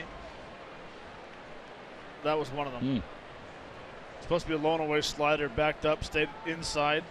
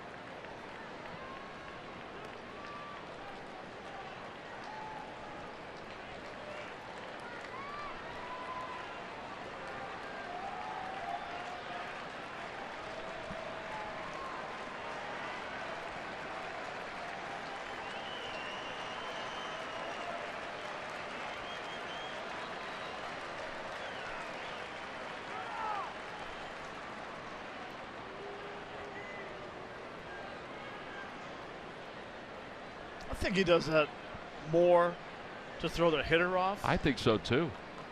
Than the runners. I would agree with that. Hector Neris is doing it now.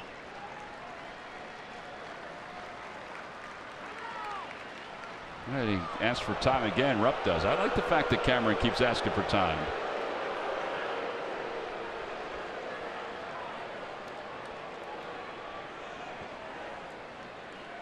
Yeah, because in this case, he's not doing it to disrupt Tommy Joseph, because Tommy's not going to go anywhere. 99th pitch of the night for Max Scherzer.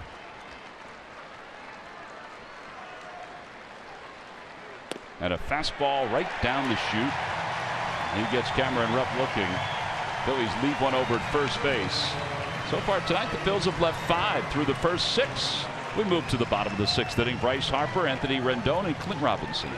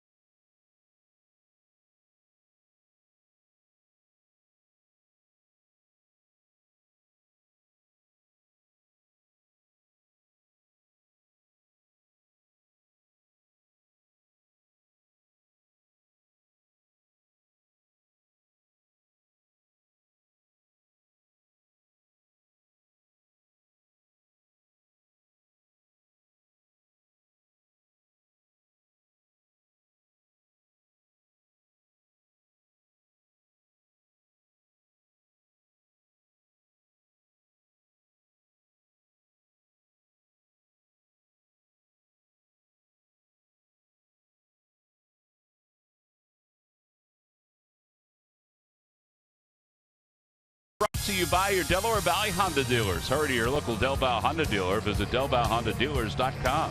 By Yellowwood brand pressure treated pine. If it doesn't have this yellow tag, you don't want it. And by WB Mason. You can't go wrong when you buy right. Home half of the 6th, Bryce Harper is going to lead it off against Jared Eichhoff, who has scattered 5 hits so far through the first 5 innings. He retired the side in order in the 5th. And he starts Harper off with a fastball.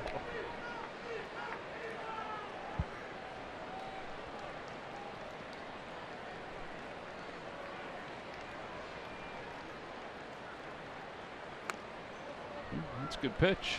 Harper backed away, but that had more of the plate than you think.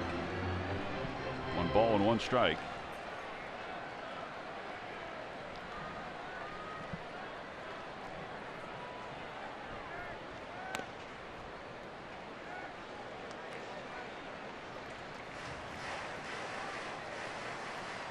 Harper's not even flinching at the fastball.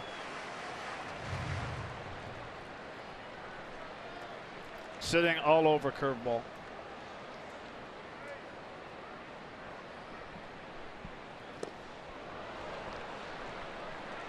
Well, that was a slider at 83.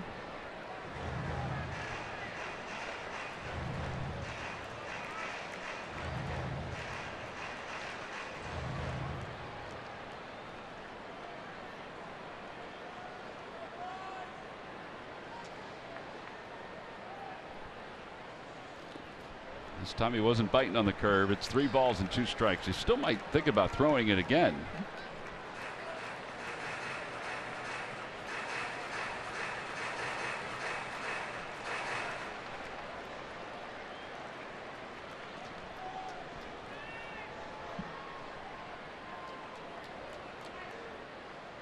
Yep, he did. He's gotten him on strikes 3 times tonight, and he's gotten him on strikes on the curveball. Bryce Harper is a totally different hitter this year compared to last year. Another great location to the tight curveball, 12-6. You think it's coming in?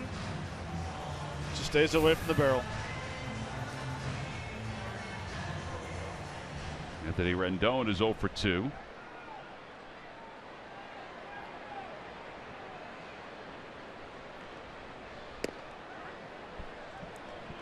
Eichhoff may have just given teams around the National League a way to pitch Harper. I know there's some nights where he's probably able to hit the curveball. Yeah, and there's a lot of teams that don't throw 12 to 6 of these curveballs. 1 ball, 1 strike. But if you're the Cubs, let's say you have to face them in the postseason, you've got Lackey, who has a good breaking pitch. You got Hendricks, who has a good breaking pitch, and you have Arrieta, who probably could use power if he wants to. 1-2. But you're right. They may not have the same style that Eichhoff does.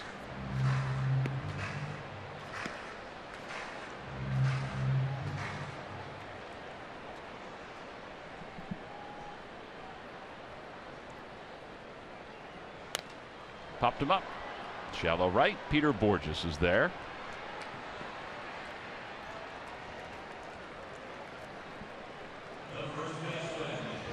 Pretty good pattern, though. He's gotten Harper 3 times on strikeouts and now Rendon 3 times on balls in the air.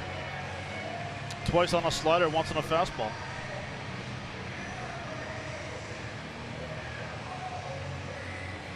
You know, I like the so a right-handed pitcher, I like a curveball to a left-hander.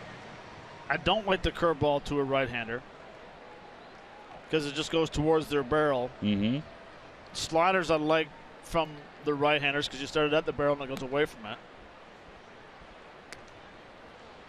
I always thought a left-hander, if I had an advantage versus a lefty ever, is if they threw me a curveball. You just recognize it a lot easier.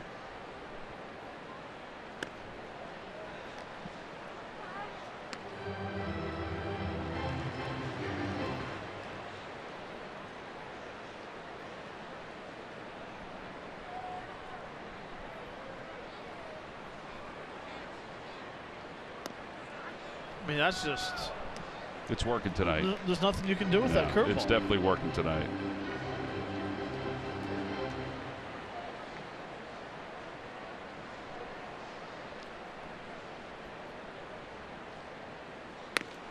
Check swing. Did he go? Yes, says Larry Vanover.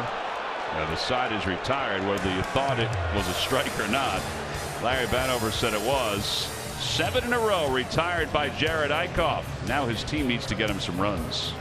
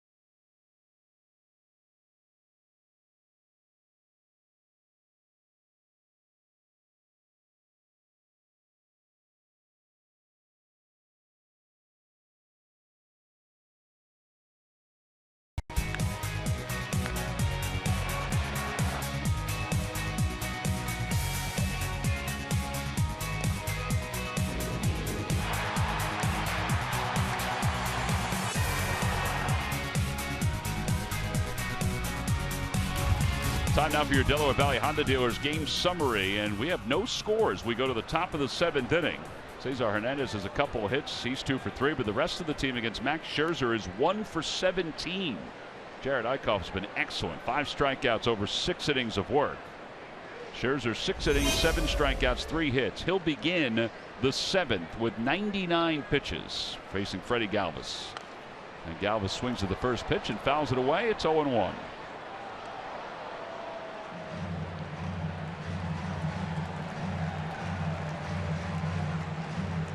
Phillies do have bullpen action just as the Nationals do. Trinan continues to loosen up in the pen.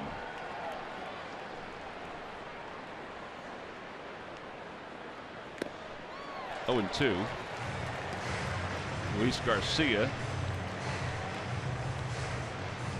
He was happy to see Luis today because he said he needed a haircut. Luis is a barber as well.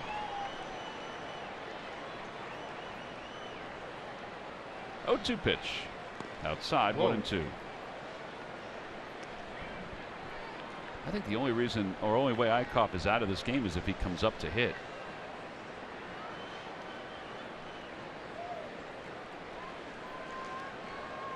Well, he's got his batting gloves on. Again, they go upstairs against Galvis, and it remains 1-2.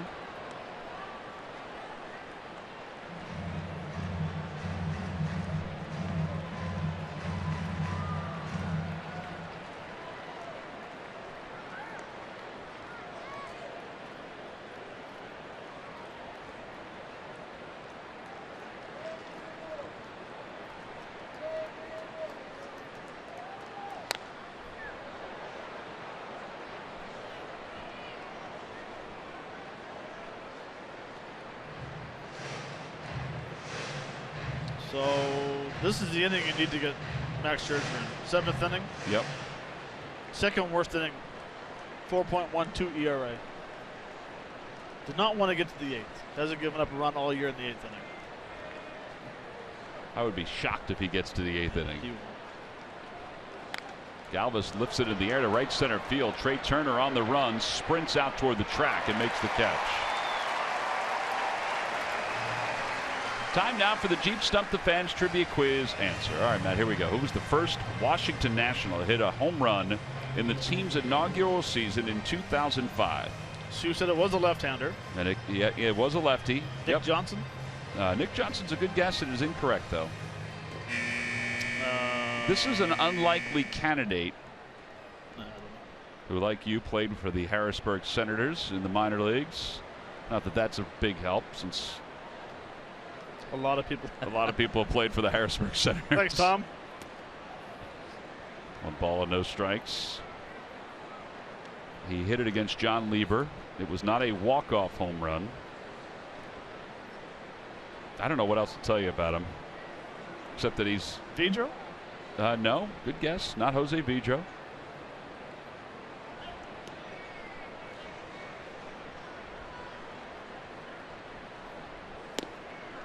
I don't know if his family was part of the I have no idea. The singing group in the 70s that the Pirates used for their theme song, "We Are Family."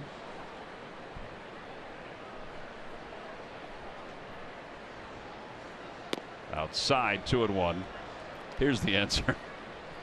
I got no other hints for you. Oh, Sledge. Log back on to Phillies.com to find out if you're the winner of a Phillies prize pack. 2 balls, 1 strike to Borges. 3-1.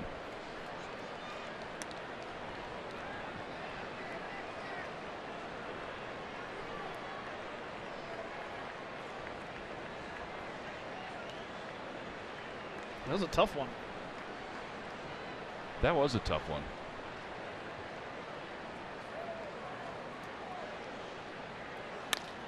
That one's hit sharply into left center field. A base hit for Peter Borges.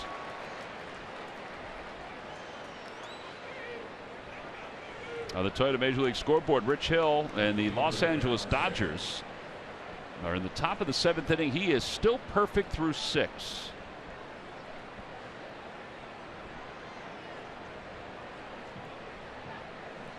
We'll keep you up to date of that one.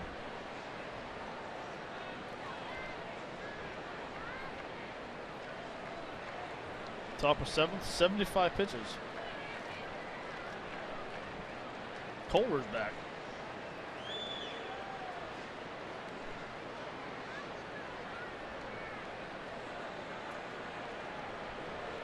Zawchinski is now warming up as well as Trinan. Cody Ashe's out in the on-deck circle. I think Lobaton's stalling a little bit here because Ashy's in the on-deck circle and they want to get Zipchinski ready.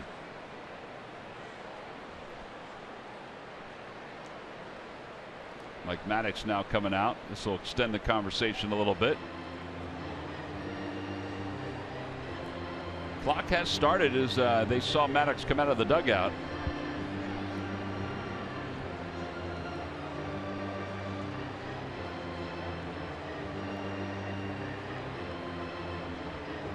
Did you say I can get him? I got him. Yep. Still some interleague games for the Phils coming up. 2 against the Chicago White Sox Tuesday, September 20th, Wednesday, September 21st. Tickets can be purchased by going to Phillies.com. Last chance to see interleague play.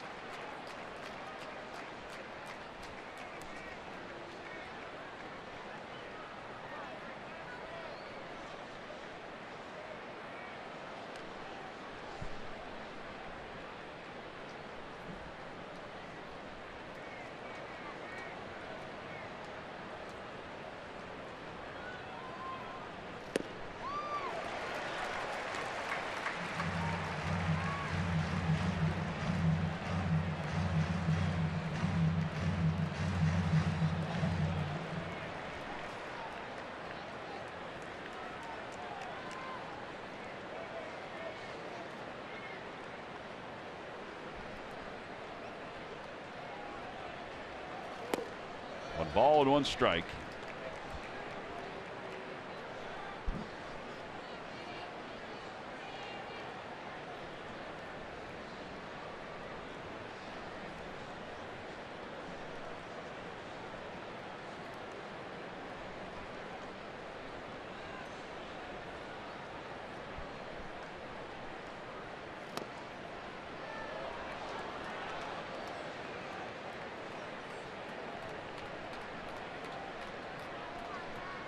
I think he's just about out of gas. It looks that way anyway. Yeah, I mean, 113 pitches. And whatever. I don't agree with it. September 10th, if you're throwing 113 pitches. Grounder foul past Juan Samuel. Especially you don't know if Strasburg's going to be back or not. I would be shocked if Strasburg is Well, back. and I would too. And I understand. I mean, this is. He averages 105. I mean, this is, I know, I can understand they want to get the division over with and then want to win it. But again, 115th pitch coming up. Yeah, I think there's some individual things too. I think he wants 20 wins, but I don't know if he's going to make it through this inning to worry about that.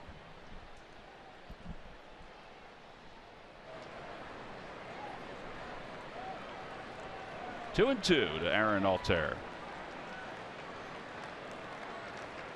Unless they plan on giving him an extra day's rest. Which they did the last time. Yeah. Altair again spoils it.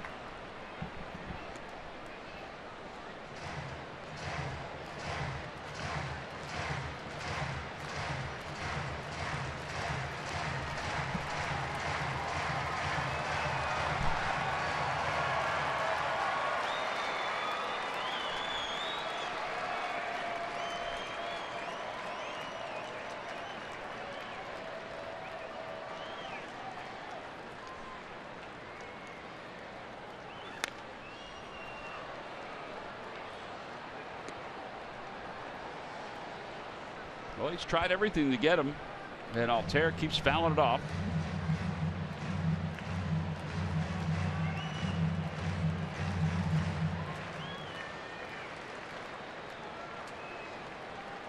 One pitch he hasn't thrown for a while is that good fastball inside or the hard slider low and away.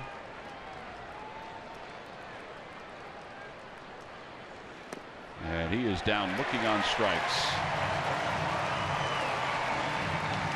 That was kind of a hanger.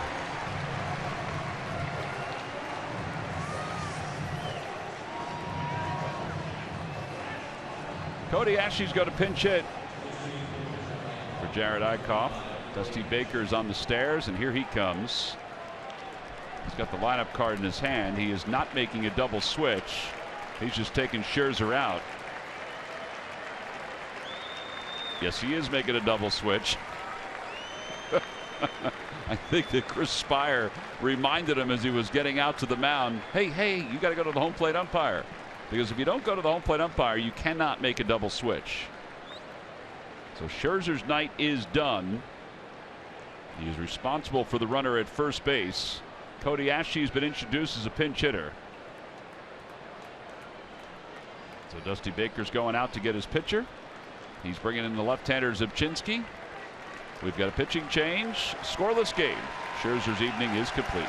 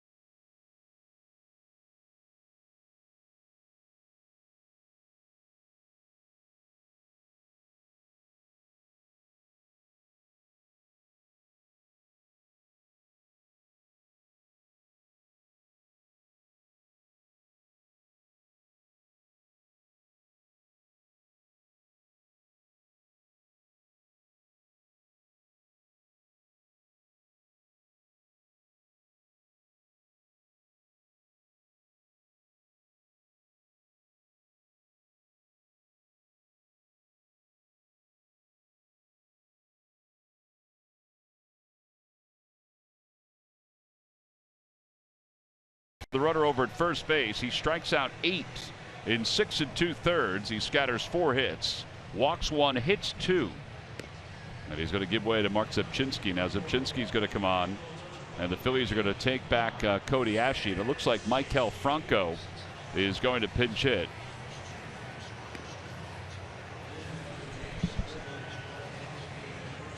There is Maikel.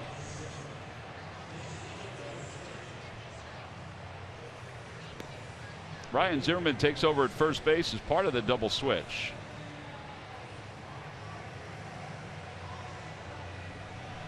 Zubchinski is not allowed a run to score since being acquired.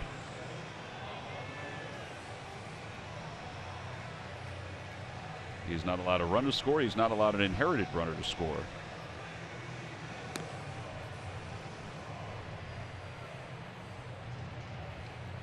So he will face Maikel Franco with a runner at first.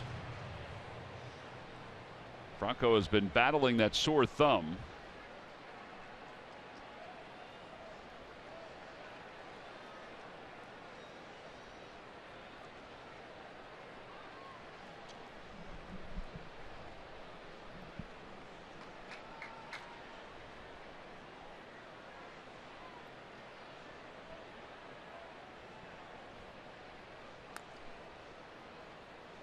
Wonder if this means that he can play tomorrow against the lefty Gio Gonzalez. Well, you would think. Yeah, as we said, he mentioned that he wouldn't be back until Monday.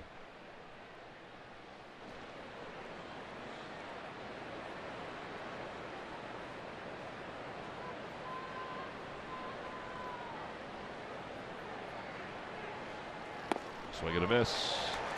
Pretty healthy hack. Update from Miami. Rich Hill has continued his perfect game. He's through 7 innings.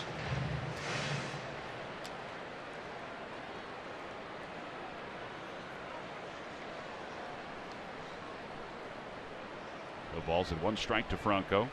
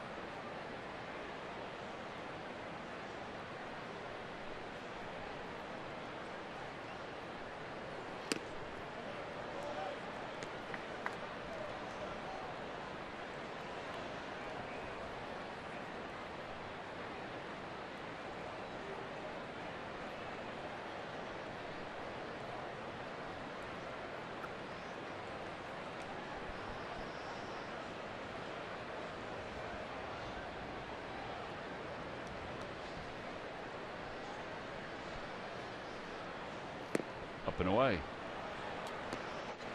Well, you get a 3-ball, 1-strike count. He's missing with everything except for the first pitch way outside.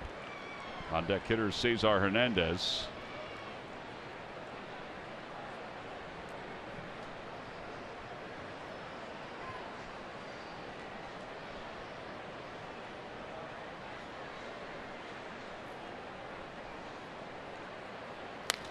In the air to right field.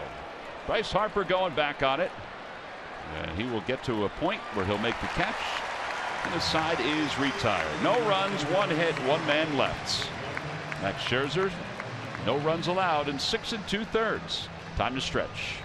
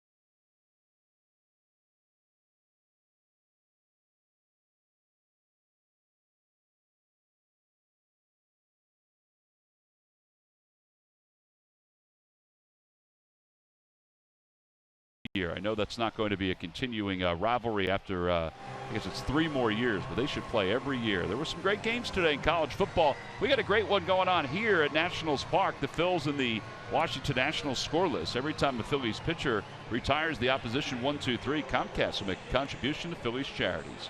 Phillies baseball is brought to you by Xfinity. Xfinity X1 will change the way you experience TV.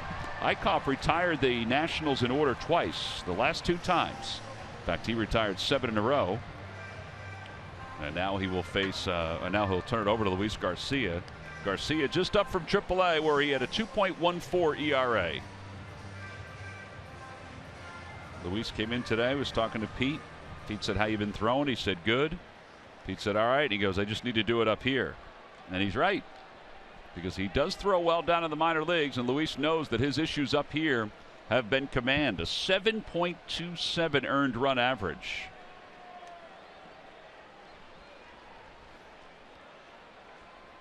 And he is facing Danny Espinosa, who has flied out to center. He's also walked.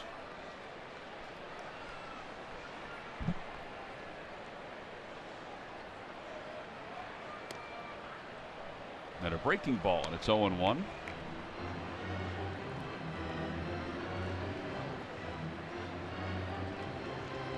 Garcia had a good year last year, 3.69 ERA.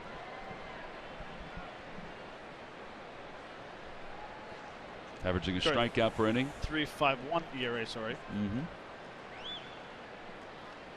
Averaging a strikeout per inning pitch, pretty much. 63 punchouts, 66 innings. But needs to control the strike zone. 37 walks last year.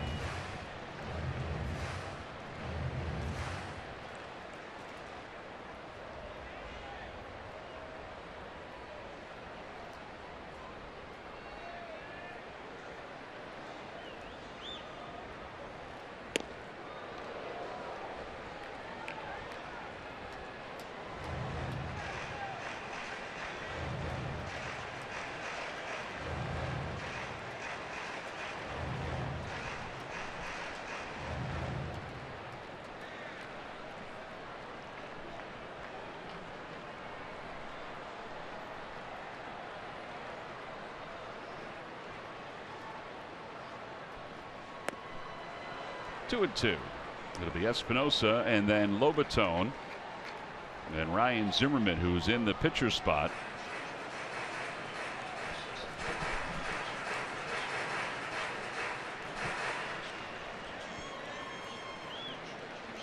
Two balls, two strikes.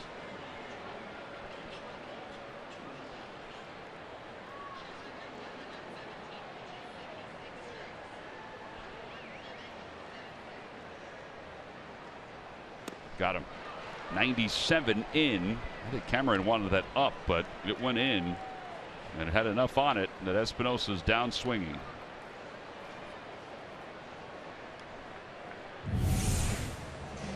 Good location, good movement. Little front door sinker. Oof. That's a tremendous arm. Talk about getting on top of it. Yep. So now Lobaton has got 2 hits today.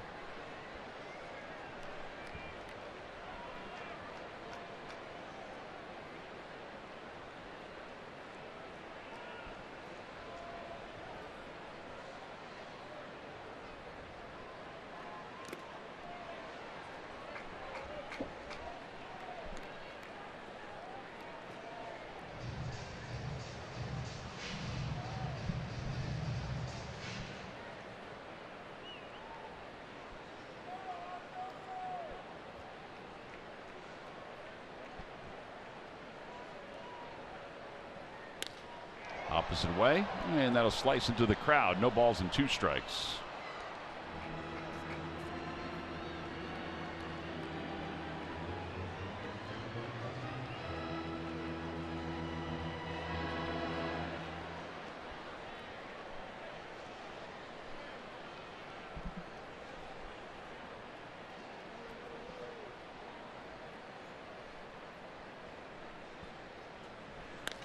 This one the opposite way again. It's hit pretty well. Altair going back, and he's going to get there to make the one-handed catch. And 2 outs now in the 7th inning. Lobaton thought that had a chance. And now Ryan Zimmerman up for the first time tonight.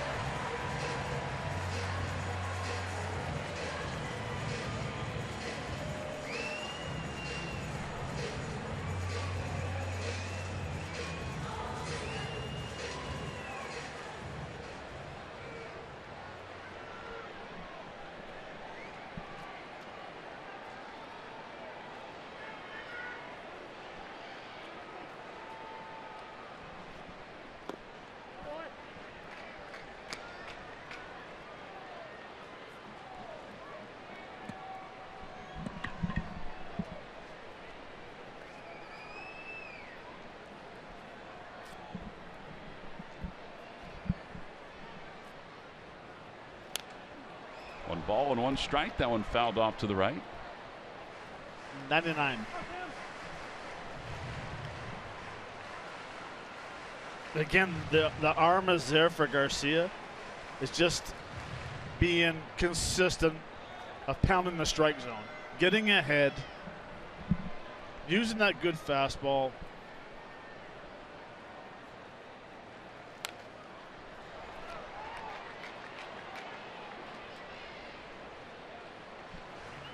Joe Blanton has replaced Rich Hill in a perfect game as they go to the bottom of the 8th inning. How many pitches did you say Rich Hill had? 89. 89 pitches. Well, I don't know if it's because of the blister. Maybe the blister came back, the dreaded blister. I don't understand that. I mean, there has to be a reason. I would throw right-handed if I had a a little blister. Until you allowed a hit. Skip, I'm good. I'll throw right-handed.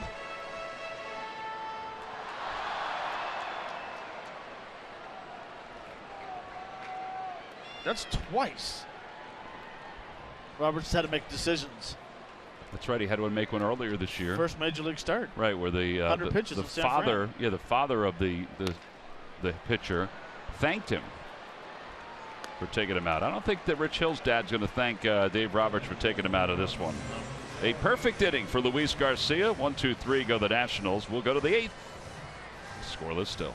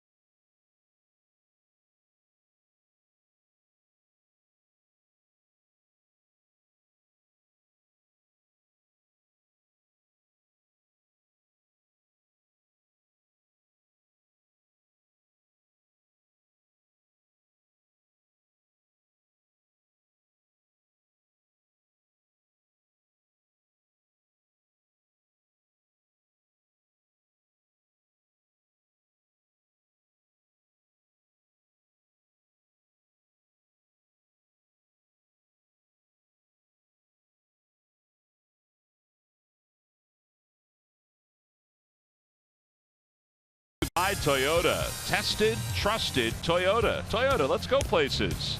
By Jefferson. Call 800-JEF now or visit jefferson.edu. And by Chevrolet. Visit your local dealer at chevydealer.com. Top half of the 8th inning. No score. Phillies and the Nationals. Time now for a Hyundai defensive play of the game. Well, it happens back in the 4th inning. Base hit up the middle. Freddie Galvis to his left. Just misses the ball, but Odubel Herrera, great footwork, comes up with a strong throw. Even though it hits the back of the mound, Cameron Rupp makes a nice tag. That's where we stand 0-0. That's your Hyundai defensive play of the game, brought to you by your local Hyundai dealers. Well, you know, they reviewed that. It was close, but it was confirmed that Rupp did indeed tag Clint Robinson.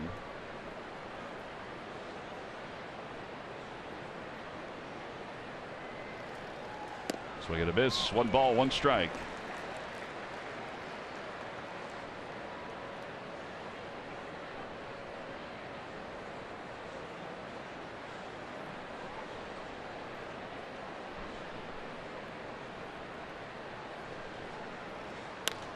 Fly ball left field, and Revere goes back and will put it away.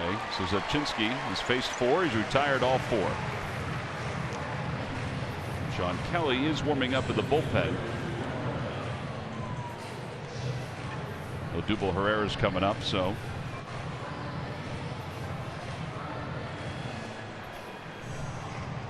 should say 3 in a row retired.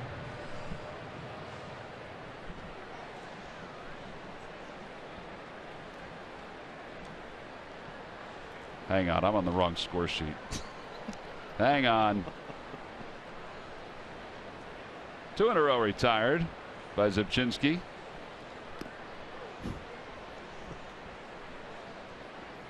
Matt's over here signaling me, and I'm like, what is he signaling? Odubel is 0 for 3.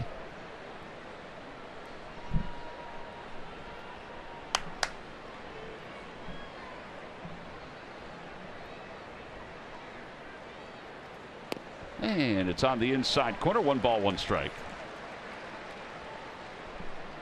On the Toyota Major League scoreboard, Jeff Francoeur single to end the perfect game in the bottom of the 8th inning. Of course he did.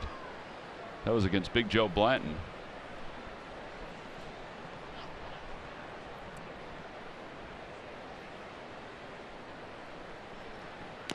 Foul tip, and it's 1-2.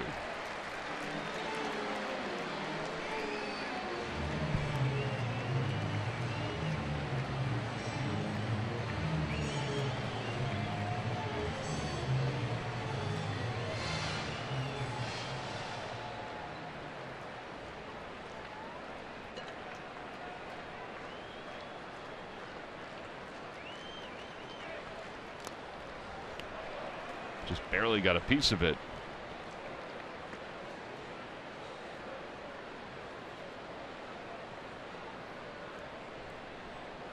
Tom, do you think Bryce Harper is closer to second base or to the wall? Right field. I do think he's closer to the wall, but he's in pretty far. He does play shallow. Very shallow. I've never seen a right fielder play that shallow before on every hitter.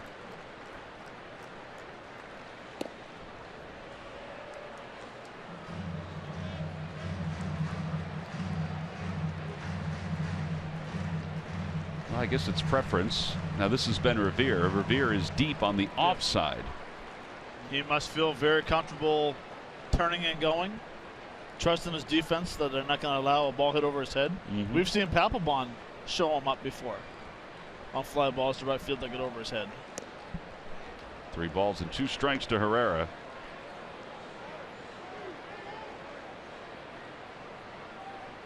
Playing that shallow in right field, what it does, puts a lot of pressure on your center fielder to take the gap away. So Bryce will take anything shallow to his right on the line, and Turner will take everything right, center, and deep.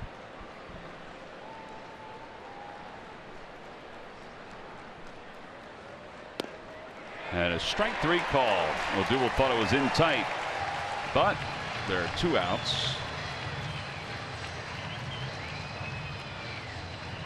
And that'll bring Andres Blanco to the plate. Let's turn it over to Greg Murphy to get updated on what's going on around baseball. All right, is our greater coverage of baseball presented by T-Mobile. Steven Strasburg spoke to reporters today here in D.C. for the first time since leaving that game on Wednesday against the Braves. The diagnosis on his arm is a strain in his flexor mass, and reporters asked him today if he thought he would be able to pitch in the postseason, and he said at this point he was not sure if he would. He did receive an injection yesterday. He said that the arm is swollen around the injection site. They're going to allow that to kind of settle down and then make a decision from there. Also, some crazy stuff happening in the Bronx. The Yankees and Tampa playing today, and Gary Sanchez hit his 13th home run in that game in just 35 Major League games, so he continues to do damage with the bat. But it was in the 8th inning when he came up to the plate with a base open and a runner on third. They decided to intentionally walk him, but he was ready, and one of the pitches comes back over the plate. He swings and hits one deep to center field. They catch it on the warning track, but it was good enough for a sacrifice fly, and they go on to win that game to the Yankees 5-1. So Sanchez doing his part, hitting the long ball, and then even when they're trying to put him on base, not letting them and getting the RBI as well, guys. And Murph, there was a great reaction from the Yankees dugout when that happened. I mean, it was incredible. He's laughing as he's coming off the field, but the dugout is going crazy because he was able to do it. We watched it before. It was a straight, slow pitch softball. Walk up and hit it. 2 balls and 1 strike to Blanco. And Blanco hits one out to right center field. Trey Turner on the run, and he won't get there. It's a 1 hop off the scoreboard. And Blanco on his way to second, and he'll stop there. He's not going to get greedy, so he's in scoring position. And Tommy Joseph will be the batter. Let's see if there's a change made with Sean Kelly warming up in the bullpen. Dusty Baker talking to Mike Maddox.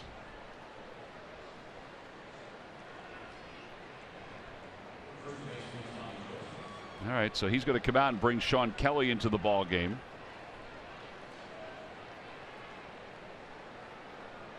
Well, maybe not. Maybe he is. Dusty looking for a little assistance tonight.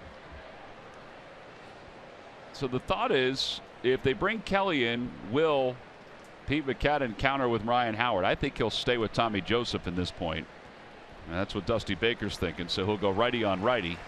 With 2 outs here at the top of the 8th, runner in scoring position for the Phillies.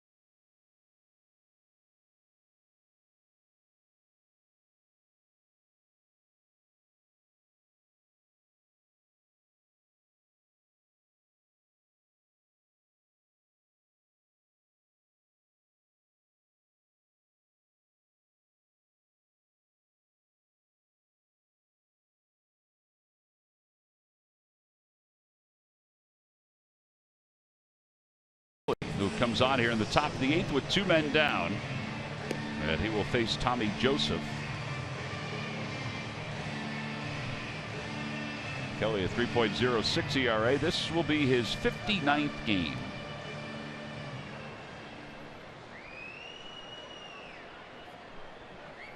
So Tommy tonight is 0 for 2. Hit by a pitch his last time up.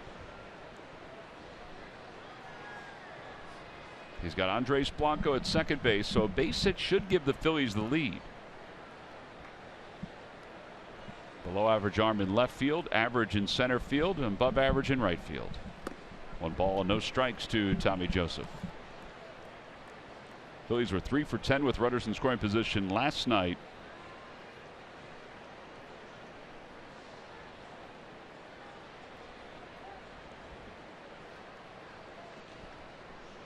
They have only had a few opportunities here tonight, but of course hitless tonight as time is called.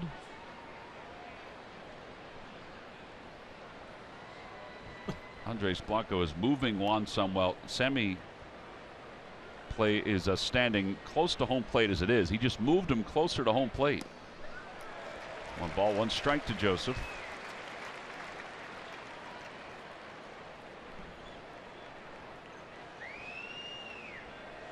Yeah, but did you notice how far he told him to move? Yeah, just an inch About or so. 2 inches.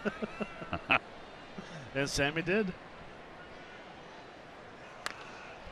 Fly ball right center field. It's not deep. Bryce Harper's there. And the Phils leave 1 in scoring position here in the 8th inning. No runs, 1 hit, and 1 man left. On to the bottom of the 8th inning. Trey.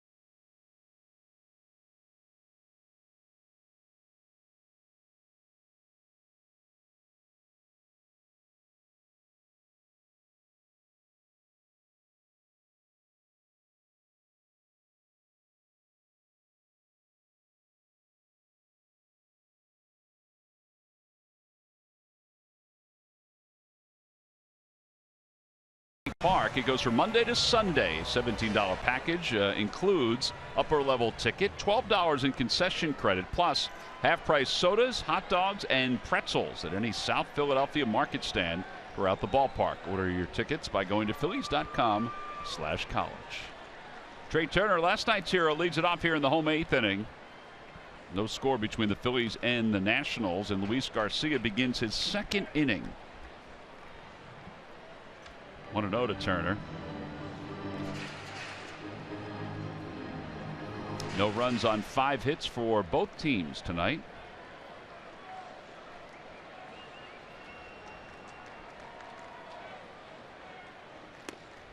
Two and 0.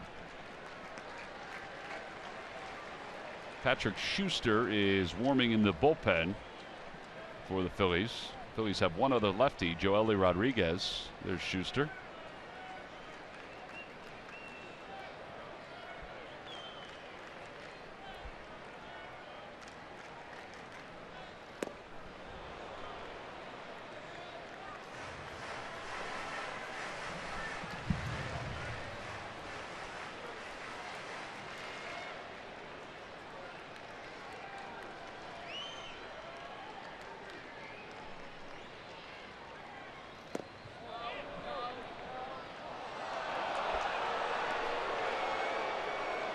Two balls and 2 strikes to Turner. Did he go? First base umpire thought he did. That he did? He was close.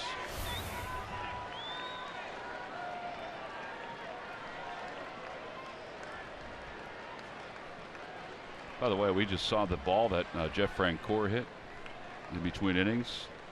That was ruled a hit. As Turner lays off 3-2. Went off Corey Seager's glove.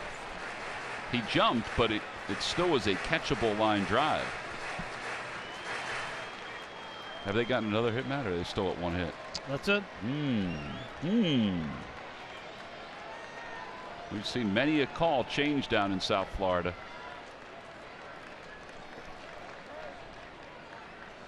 3-2 to Trey Turner. And Turner hits it out toward right. Peter Borges will wait. No walks and no errors either. Only base runner.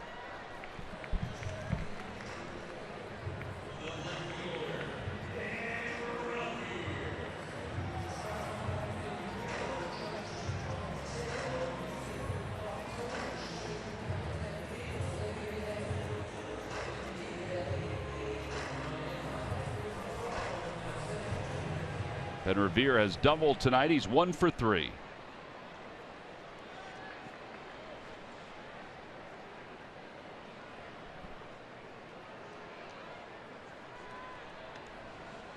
Ben hits it back toward the middle, and he's got his second hit of the night.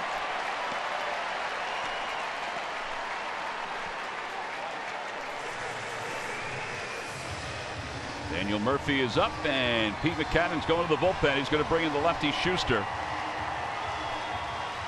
So pitching change with a runner at first base. Luis Garcia retired 4 straight.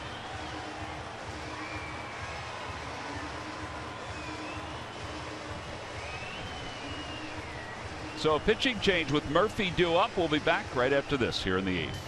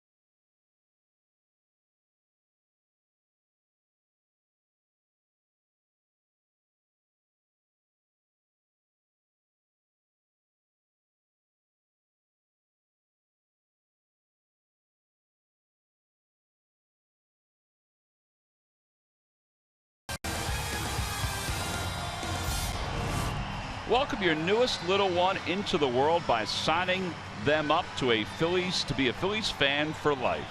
Members receive personalized Phillies birth certificate, personalized Fanavision birth announcement, 2016 Phillies pre-Walker sneakers, a Phillies Rookie of the Year bib, and more. Go to Phillies.com/newborn club for more information. Here's Patrick Schuster in his 3rd game.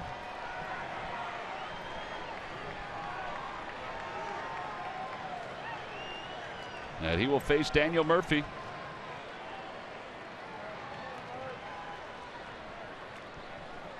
Ben Revere at first base. Ball's in the dirt, gets away from Cameron Rupp, and Revere goes to second. A wild pitch.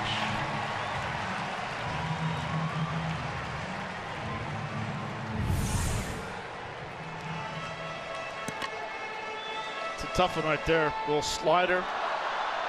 Well out in front of home plate. Hits it, comes back.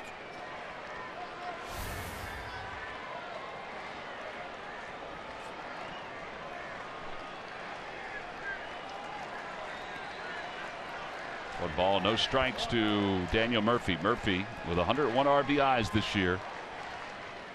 Whole lefty-righty thing really hasn't fazed him at all.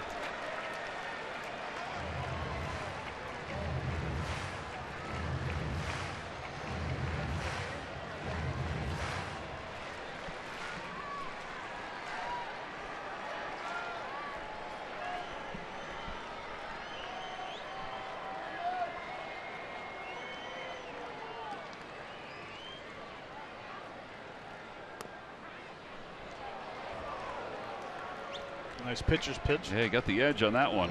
Got to keep an eye on Ben Revere. Change your looks up.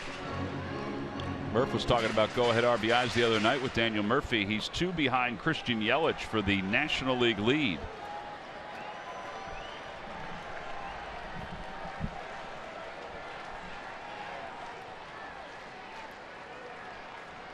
Two and 1. 2 and 2. Well, he did give up on it a little bit.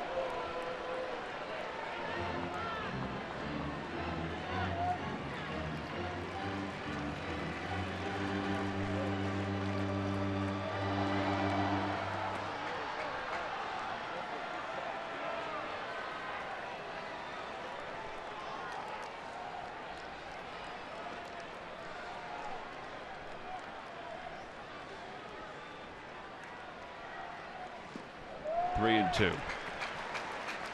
Kind of changed his mechanics.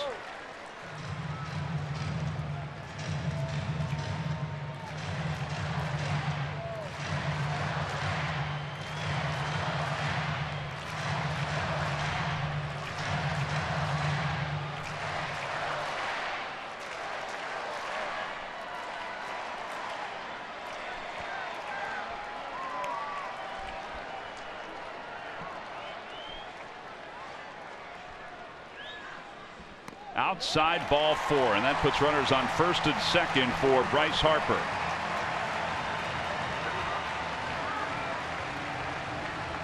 Well, he has another lefty he's got to deal with. Phillies have Michael Marriott warming up in the bullpen.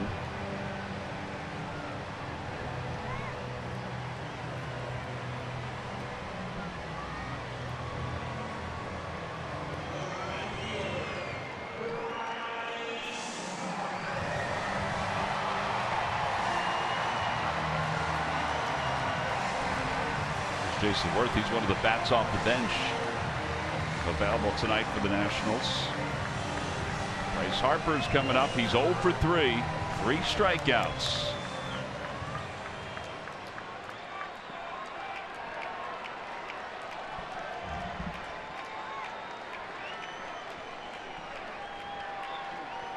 Cutters take their lead.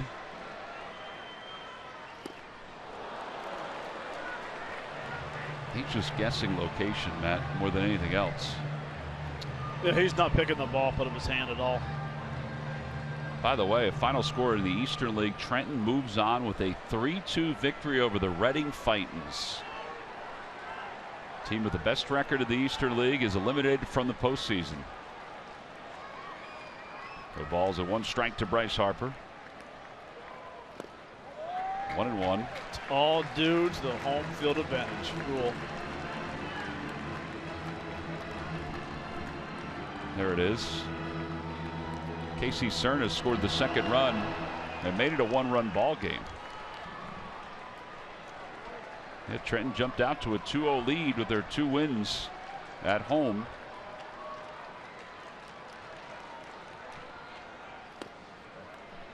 Two and 1. Plate umpire has been good tonight, David Rackley. That pitch was off the plate. He's been very good.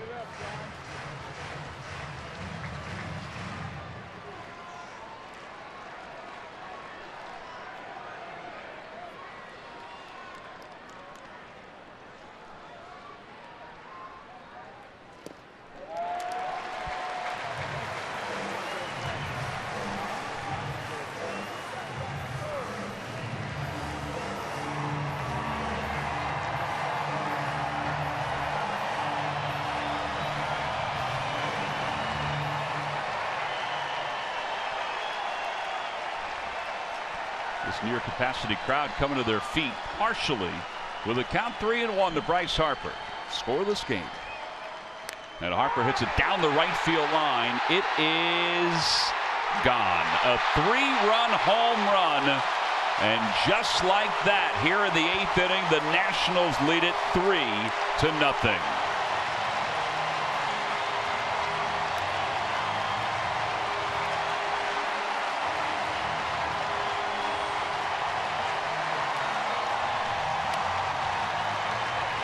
I think everybody in the Phillies dugout was praying it was going to hook foul, but just the reaction from the Nationals bullpen, you kind of knew it was going to stay fair.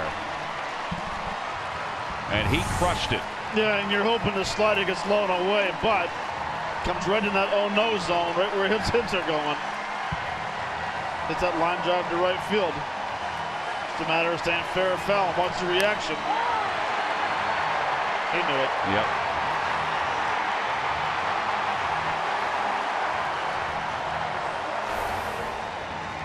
So Harper's home run gives him 24 in the year, now 80 RBIs. And we've got a pitching change here in the bottom of the 8th inning. Patrick Schuster's night is done. And Michael Marriott's coming in for the Phils. We'll be back right after this.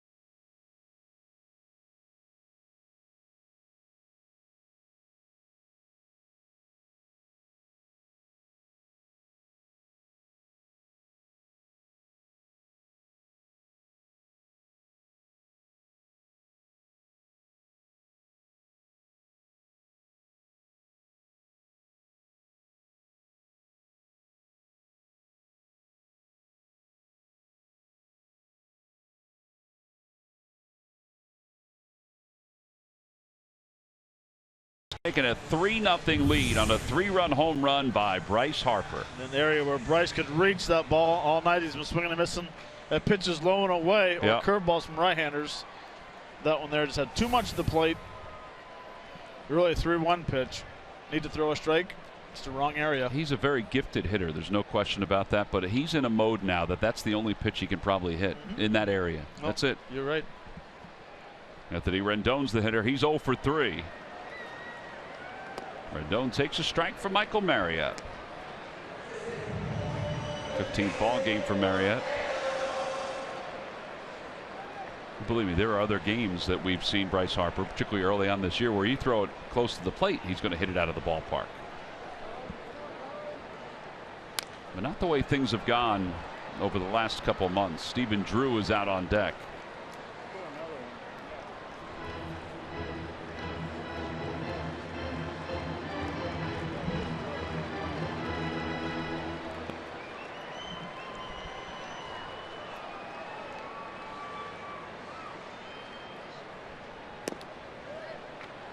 One and two.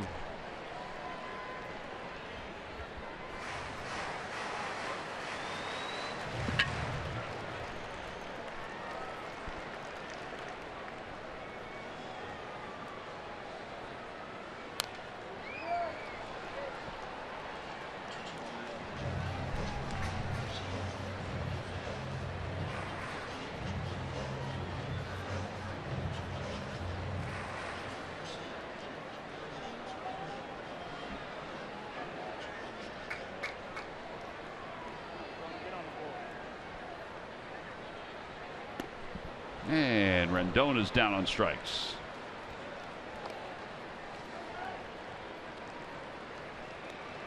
Two outs, and Clint Robinson's spot is coming up. So Stephen Drew is going to be the pinch hitter. I should say the pitcher's spot is coming up. Stephen Drew will be the pinch hitter.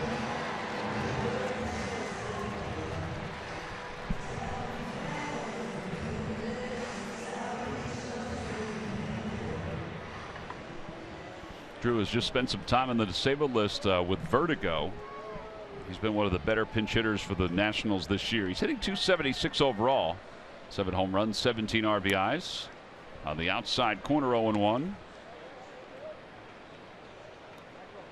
Melanson and Glover.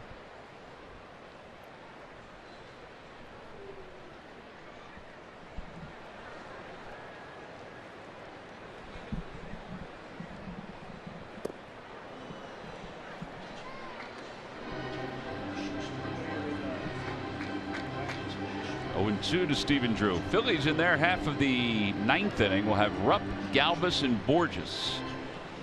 And it's going to be against Melanson unless Drew does something here to bring Glover in.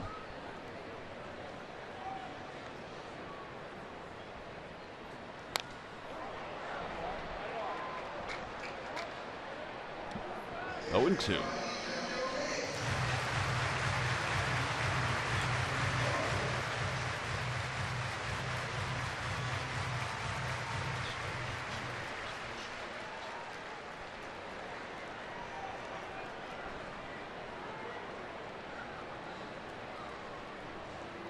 Swing and a miss. He got him with a slider. So back-to-back strikeouts for Michael Marriott.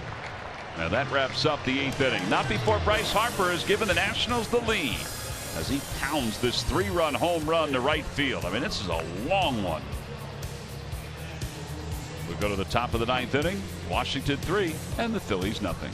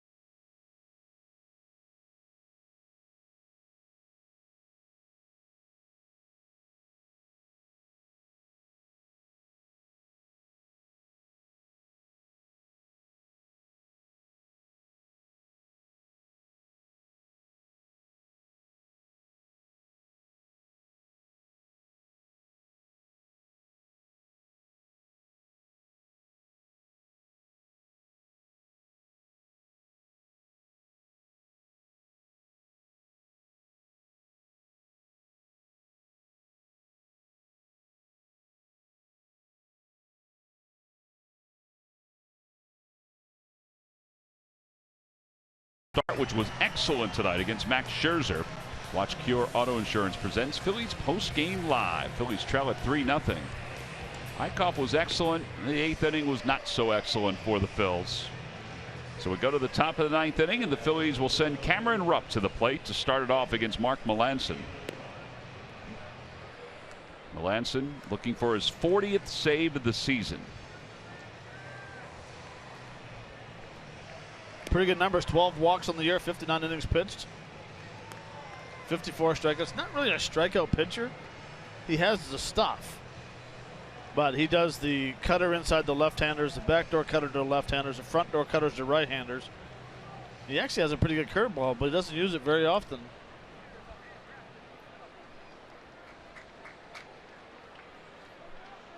Darren Ruff is available as a pinch hitter. So is Ryan Howard if need be. Melanson last year had 30 saves for the Pirates. Or I should say 51 saves for the Pirates. 33 the year before.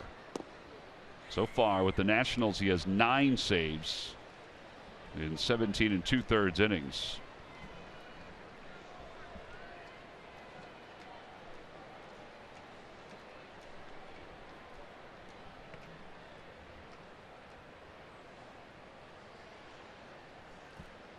Rupp hits one in the air, foul off the first base dugout.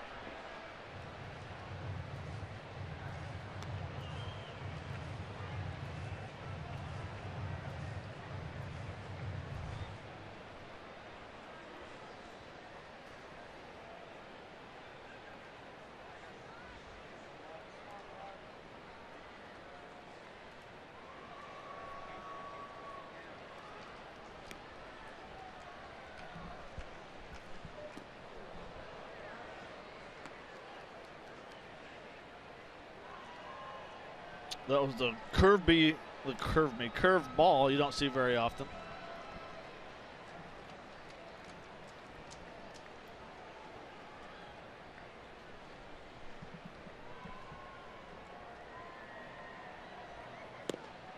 Just a bit outside, 3-1.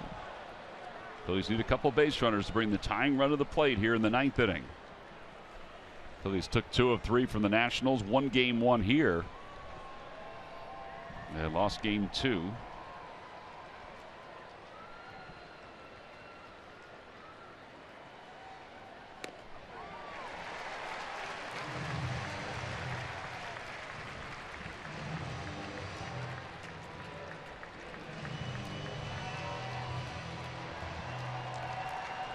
Three and 2 to Cameron Rupp.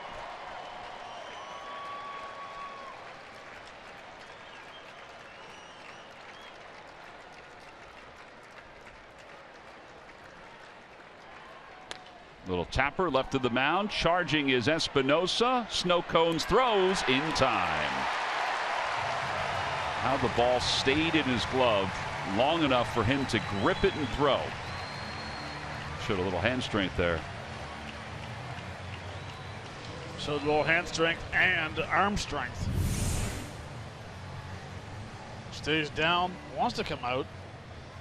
Off balance throw. Just in time. Yeah, on the run. Let's check out his foot, see if he keeps it on long enough. Yep.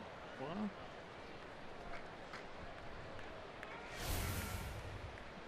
Freddie Galvis tonight is 1 for 3. Phillies have left 7 so far. Max Scherzer tonight went 6 2/3, allowed 4 hits, struck out 8. Zepchinski pitched a scoreless inning. And Sean Kelly pitched a 1/3 of an inning. And now it's Melanson as Galvis pops it foul. 1-1. Phillies and the Nationals will wrap up this 4-game series tomorrow. We'll be on the air at 1:30 on CSN. Big Sunday show gets everything started at 1 o'clock.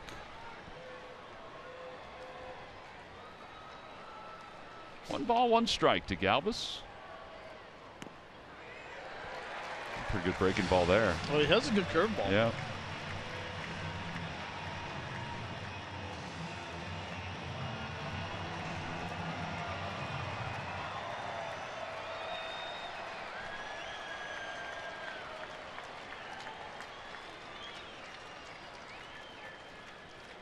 Swing and a miss. 2 outs. Well, this was a 0-0 ball game until our W.B. Mason delivery of the game. The 8th inning, Bryce Harper, 3-1 count. Little slider didn't slide, stayed inside corner of the plate. Right in Bryce Harper's happy spot. Drives that ball to the ballpark for a 3-run shot. That's where we stand right now with 2 outs at the top of the 9th. That is your W.B. Mason delivery of the game. All right, so all that's left is Peter Borges to try to get on and keep it alive for the Phillies. And Borges swings at the first pitch. Rendon's got it, and the Nationals take games 2 and 3 as they win tonight by a final score of 3-0 over the Phillies. It's the 7th time since the All-Star break the Phillies have been shut out in a ball game. Bryce Harper's 3-run home run, the difference for Dusty Baker's team. took it till the 8th inning, but then Harper smoked one into the bullpen in right field to help the Nationals to the victory. Magic number for the Nationals is dwindled down to 13. And our Chevrolet player of the game, it's not Harper, it's Max Scherzer. Scoreless baseball for 6 2/3. Max Scherzer early in the game, first 3 innings, didn't have his greatest stuff, but